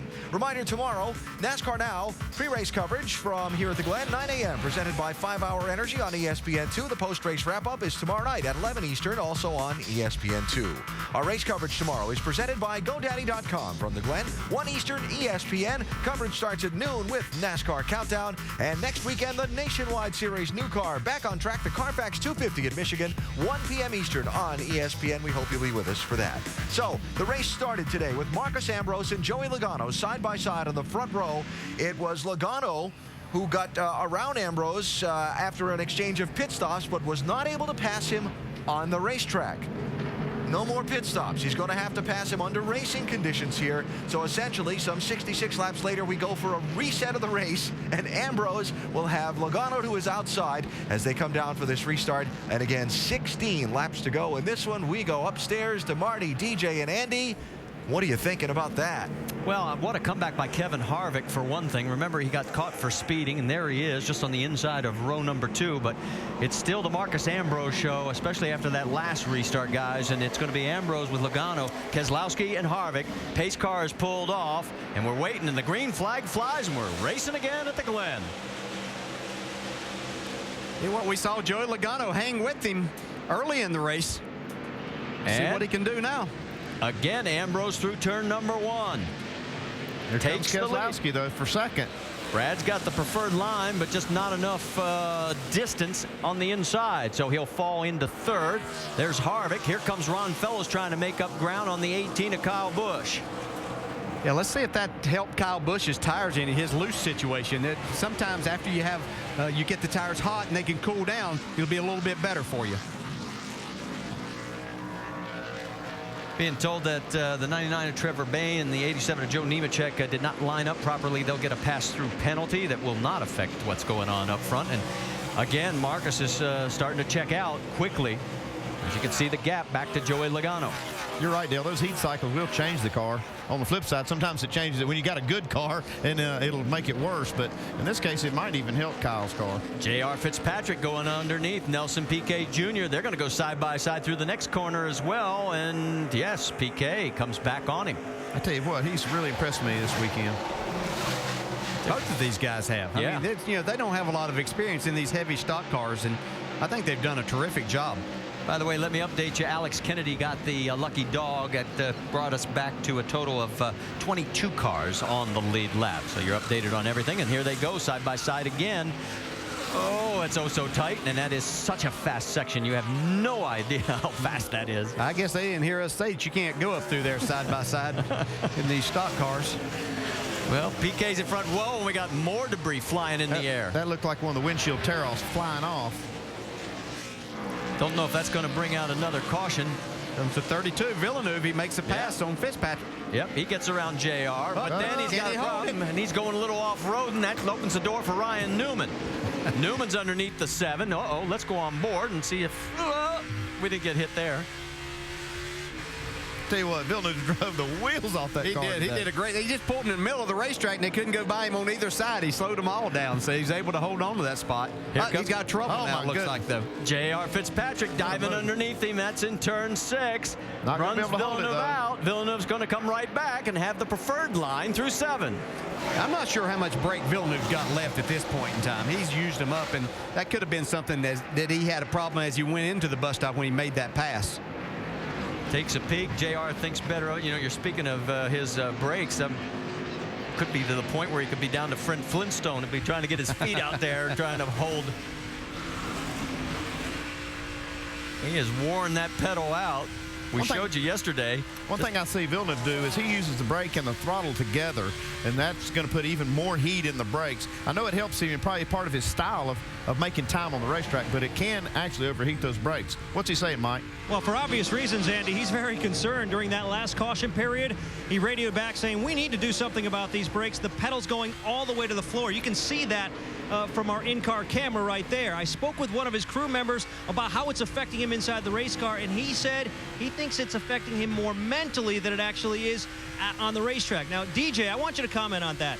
When you're in a race like this, how much mental disadvantage does this put you at, knowing that your brakes are going away? Well, it certainly makes you think that way a lot. And another thing, back to what Andy was talking about, too. See how much he's having to pump the brake before that. That's putting even more heat also. So everything that he's trying to do to make sure that he has them makes it even more difficult and puts him in a more compromising position. I tell you what, DJ, I mean, you well know is that when you get in a corner, you want to know your brakes are there. And what I think he's doing too much of, he keeps touching that brake pedal, making sure he's got a pedal. And every time he does that, it just keeps creating heat. And he's doing it a ton. And I've never seen a driver do it this much. And I believe that's where most of the heat is coming from. Well, remembering his driving style from open wheel days, he does a lot of trail braking, which uses the brake. And with these 3,400-pound cars, obviously, it's had its effect, DJ. Yeah, and we saw him on them hard from the very beginning. And Andy even noticed it yesterday how much brake he was using at some of the spots. So that was my question to Trent Owen before the race started. Were the brakes going to hold up on this car? Because this is part of his style to make time. While all this is going on, nothing changes up front. Ambrose leads by 1.5 seconds. Let's get an update on J.R. Fitzpatrick. What about it, Vince? Yeah, good run indeed, running 8th. You may remember he ran the 33 for Kevin Harvick here last year and had a good top 10 run going until some contact late in the race and ended up 18. Danica Patrick will be in this 7-car next week at Michigan, so a good opportunity for Fitzpatrick here this week, and hoping that they're going to have an opportunity to run this car in Montreal. In fact, he is scheduled to run the 7-car in Montreal. Bring it home with a good, strong finish today. It'd be huge for this 7 team. They're also getting a good run out of the 88 and Ron Fellows, so Junior Motorsports looking good here this afternoon. Well, Fitzpatrick's currently second in the Canadian Tire Series points. He's only 14 out of first place. Stephen Wallace making his way up and through the S's, and he is 11th place right now. And Marcus Ambrose has already just recorded another fast lap in this race, down to a minute 12.6. That's 2 laps in a row that he's bettered his fast lap of the race. Woof. That is impressive. This late in the race, and you can see the gap. That's what 2.5 seconds looks back to Joey Logano, followed by Brad Keselowski and then Kevin Harvick. Keselowski's got a good race car. He's able to run just a little bit quicker than Logano now, trying to get by him. Yeah, that's the key, is trying to get by him. And right now he's just trying to worry him. Get out of that mirror, makes him think maybe he's inside, and maybe he'll give him the spot, but not going to work this time. Well, that was the radio conversation we heard earlier. Remember when Jason Radcliffe was saying, no, just pressure him, pressure him, pressure him. Well, Ambrose checked out on him. Put too much pressure on him, didn't he? Yeah, they were talking about he was worried. Yeah, I'm not sure how worried he's been here. Well, Joey has driven a very solid race today. He's been one of our 3 leaders. He's led a total of 8 laps. Marcus has led the most with 49. Kyle Busch had the other 14. And the biggest thing is I haven't seen Joey make any of those what you would call young driver mistakes. Yeah, I think that's been the impressive thing, is to see these 2 guys in particular that we know are going to be in the Cup Series for a long time to come, just how well they're handling this situation and getting this road course experience running up front. Let's back up a little bit further. There's Kyle Busch, and he's got his hands full now with Ron Fellows, and that's a battle for 5th. I don't know what Kyle's dealing with, but his car's just not as good on this set of tires as he was early in the race. He's getting ready to lose this spot because Fellows all over him. I would think he's going to outbrake him down into 1 this time. Well, we're going to find out if Kyle is going to take the rest of the day off, like he said on the radio. And boy, he really takes him deep, and now he's going to cross under. Nice move by Kyle. He saw that come. Yeah. Jamie, what's the latest you're hearing? Well, on the last set of pit stops for Kyle Busch, they made a track bar adjustment. And then, as I told you, he said he was extremely loose. He said it just feels like he doesn't have stability in the rear tires. And he said it's that feeling that he's had all race, but it's getting worse. They said, well, turn your fans off because we can't bring you in and make another track bar adjustment and go back on the last adjustment. So he just has to live with it, but he's not happy. Sometimes you'll have a car that's loose and you're trying to make these adjustments to tighten it up, and it really, you can go the wrong way. And do things that you think is going to help, and it can actually hurt it. So what they might need to do, if they went one direction, if they got a chance to change it, they'd go the other way. But the race will be over before they can make another adjustment today. Let's check back in on the best battle we have up front. That is second, third, and fourth. Brad gets a little wide as you got Joey Logano right in front of him there, and Kevin Harvick watching all of it. Yeah, and I think Logano's starting to struggle a little bit. Keselowski's faster, and that's allowed Harvick to get right up on their bumper, too. 9 laps remaining. We go on board with Kevin. Yeah, Keselowski's going to have to push the issue with Logano because he's going to get passed by Harvick. Well, he may have to and he may not. I mean, he's sitting in a great situation with a huge points day for himself, so he doesn't want to put himself in a bad position here. Well, right now he's running third. If you remember back at Road America, he had his best road course finish in fourth, so he's making improvement. And you talk about points right now, the way it would stand, 332 between first and second. I guess there's two ways to look at that point situation. With Carl Edwards in the garage area, he could maybe afford to roll the dice a little bit. Well, he could, but you're only talking 5 points difference if he makes that pass. I know it's bragging rights for second versus third, but if it's in for the big win, picture, yeah, if it's for the win, absolutely. Yeah, it'd be a great position to be in as we watch this battle here. Stephen Wallace trying to get himself up in the top 10.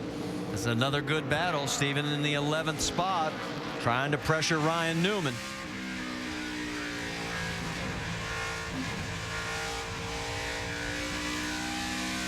It's just been another solid day for Stephen Wallace. He's had quite a few of those in the last couple of months. Doing a good job on the road course. Of course, his dad was excellent here with victories and just a lot of good days. See, he may nice get move. him. But Ryan's going to have the preferred line in the final corner. Come back across and get to the inside before turn 1, though. See if he can draw in on him now. Down towards start-finish line. Let's check in again because Kevin Harvick has gotten around the 22 of Brad Keselowski. Okay, you win, Dale. Well, and that was probably a case that maybe he wasn't pushing the issue enough, and exactly what happened, Kevin Harvick got by him then. Well, look at the left side of Harvick's car, and you wonder, especially when he was so far back after getting the penalty, and here he is up to third. Let's take you back, show you the pass. Just coming down in turn 2. Made it look easy. Yeah, he did, and when you get yourself in that position. Oh, Fitzpatrick is around. And that's in the bus stop. One more coming, the 11. You're rolling. There you go. All clear. Well, the question is, did he get any assistance in going around? There looks to be a little bit of damage on that left rear quarter. He and Villeneuve have been racing hard. Yeah, and he's been awful smooth all day. He was running 8th. Let's take a peek. Oh, there's no doubt there's going to be some problems here. Villeneuve got a big run on him. Well, he got him out of position, yeah.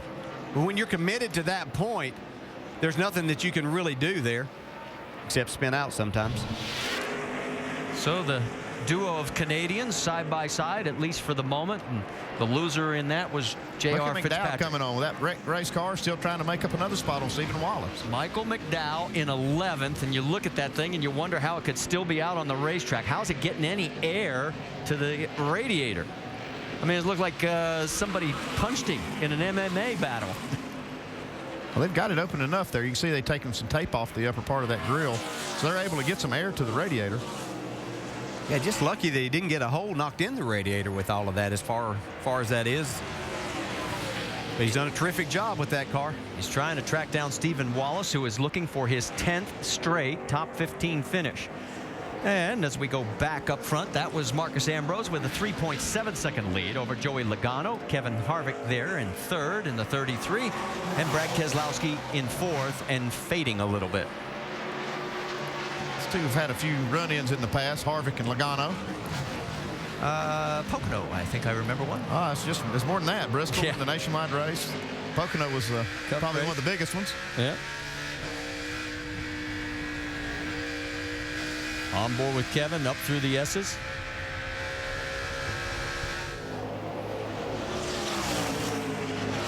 Such a fun part of the racetrack when your car is handling well up through there. We see just how much throttle you can stay in and carry as much speed as you can up there to get to this part of the racetrack. Yeah, and what's it like when it's not handling well? Oh, it is no fun. It seems like that place is even narrow up through there. There's not enough racetrack for you. The laps continue to wind down. Next time by, there will be 5 to go. There's Marcus as he's got lap traffic now. He's already gotten around one of the wounded Warriors. You can see Harvick's putting a lot of pressure on Logano here. He's getting him, see if he can get him to make a little bit of a mistake where he can just get that opening for just a split second. Logano gets a nice run off of turn 7 there. Down the front straightaway, they're going to be coming up on those 2 lap vehicles. One is Tony Raines, who looks like the super modified there. There he is. How super it looks. Yeah, it's not too super. And then also Brian Keselowski is going to be coming into picture here in the not too distant future. That's another lap vehicle. Joey looking at potentially his best ever road course finish. There's the 26 of Brian. He finished 7th here back in 2008. That's his best up until now. Keselowski gives way. Brian, that is. Will he give way to his brother? No. He better. Oh, he didn't. Sorry, brother. Come on, man. You're going to lose a little more ground. There he goes. All right. No real harm there. They'll still have dinner tonight, I think.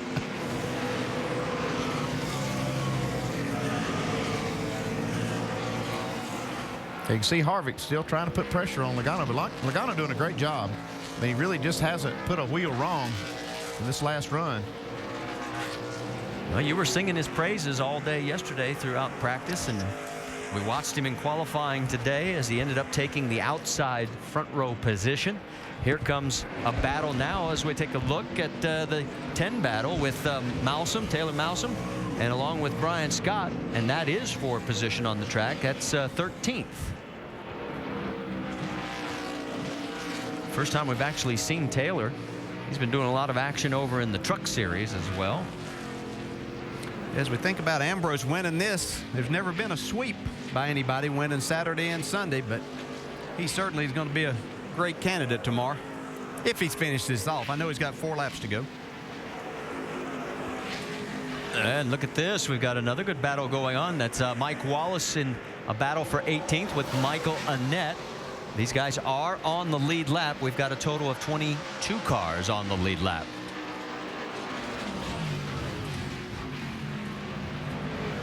Mike gets a little twitchy down in the corner, and here comes Annett. And he has to go wide, or I think he might have ended up in his back bumper. Guys are driving hard. There's one other possibility. Could there be some fluid down there? Well, that's a possibility. Both cars slipped through there. I'm watching the lap times. Even Marcus Ambrose, last lap was about a second slower than some of his faster laps we've seen lately. Well, he has a 3.5-second lead, and he's given up 4/10 a lap now to Joey Logano, though. He can afford to do that. I mean, he's got a big enough lead, and that's probably not a bad plan with just 3 laps to go. Just go ahead and use up some of that lead and run easy these last few laps. That's Colin Brown right there with the damage, and he's been out turning laps as well, trying to score some points. Joey Logano can't run any harder. He's trying to hold off Kevin Harvick. There's first, second, and third, all in view. You can see it's visibly closer now. That Ambrose is probably running easy. Yeah, I got to believe he's letting it breathe a little bit here. He knows there's only about 2.5 laps to go. Yeah, well, he went hard there for about 10, 12 laps and got himself a nice lead. And if he has the green-white checker, he wants to save a little fuel and tires so he has something for the end. After J.R. Fitzpatrick got it turned around, he's fought his way back to 12th. He's trying to get around Michael McDowell and Stephen Wallace in front of him, and Ryan Newman as well.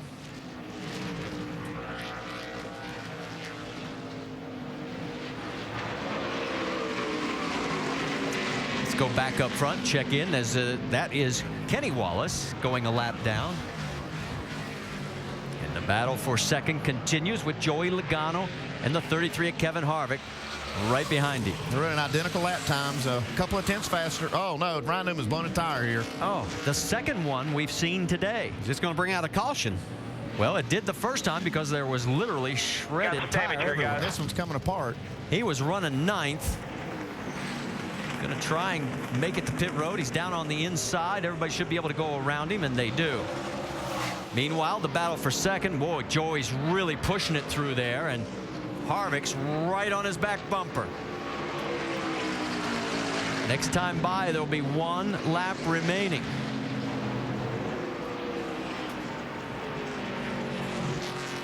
I think Harvick knows in this position his best chance is just to try to get on that bumper, make Logano make some slight slight mistake to where he can take advantage of it here. Okay, Ambrose looking for that white flag. Watch out, Joey. He's just waiting for you to make a mistake. Check out Bud, white flag. Logano really good off of turn 7. That's a big help as you go down to turn 1. 2.45 miles to go for Marcus Ambrose. He has a 3.5-second lead. This is the best battle on the track right now for second. Whoa, and look out, Harvick goes wide. That's probably all Logano needed right there, just a little gap. It gathered it up nicely, because we were seeing the side of that race car, and that's never good on that head-on shot. Down the backstretch, there goes Marcus. He is cruising. And Joey is breathing a little bit easier. Through the bus stop for the final time. Little lap traffic. Joe Nemechek there in front of him. Don't think it's going to be a major factor, though. Nothing else been able to slow him down today. Well, Marcus Ambrose wants to lay claim to Watkins Glen, because this is going to be another stellar performance for him here. He's going to join Terry Labonte as the second driver ever to win 3 straight here at Watkins Glen. Terry did it back in 94, 95, and 96, and through the final corner. Here comes Marcus Ambrose, his 3rd Nations Outwide Series win. Great job, so proud of you. Thanks, Frank, you're the legend, mate. Tippy, congratulations, buddy. Logano second, Harvick, Brad Keselowski. And then in 5th place, it is Kyle Busch. And there is Ron Fellows coming across the stripe to take over the 6th position. Nelson Piquet Jr. finished 7th. Good job. And here's the other battles as they're coming around towards the finish line. Who gets 8th? It'll be Jacques Villeneuve. And then crossing the stripe, Stephen Wallace in 9th and Michael McDowell in 10th. And even further back, look at this, Mike Wallace. They're not finished racing. And Michael Annette, these guys, and this is 4th position. Look out, going way wide. One more corner to go. This is for 18th on the racetrack. And it looks like Mike Wallace is going to hold him off. Great race, guys. Way to battle it all the way till the end. See Marcus Ambrose now. He's dialing in front brake for that burnout. No problem, brother. Well, let's go down pit road and talk to a happy crew chief, Dave Burns. And that would be Frankie Kerr. Frank, 3 in a row. Can you believe how good he is here? No, he is. You know, this is probably better than the last one I won here. You know, we've had such a bad year. You know, a lot of bad things, and you know, with Sonoma, you know, it's a thorn in our side. But we're going to try to do the double here this weekend and take one tomorrow too. Did he make you nervous at all out there? We got a little motor mount or something going wrong. The shifter was moving around there, and I'm not sure what's going on, but we had a great car all weekend, you know, from we unloaded. You know, we put a lot of effort in this car, to be honest. He did a heck of a job. All right, good luck tomorrow. It's always interesting here at the road course, Marty. And it looks like Marcus doing a very fine burnout there. All the way down the front stretch. He's the 10th different winner here in 2010. You're the man, buddy. It's his first win from the pole. And as we mentioned, his 3rd straight here at the Glen. You can see that shifter moving around just like when he was second. He's got some kind of mount loose, but it's not affecting this burnout.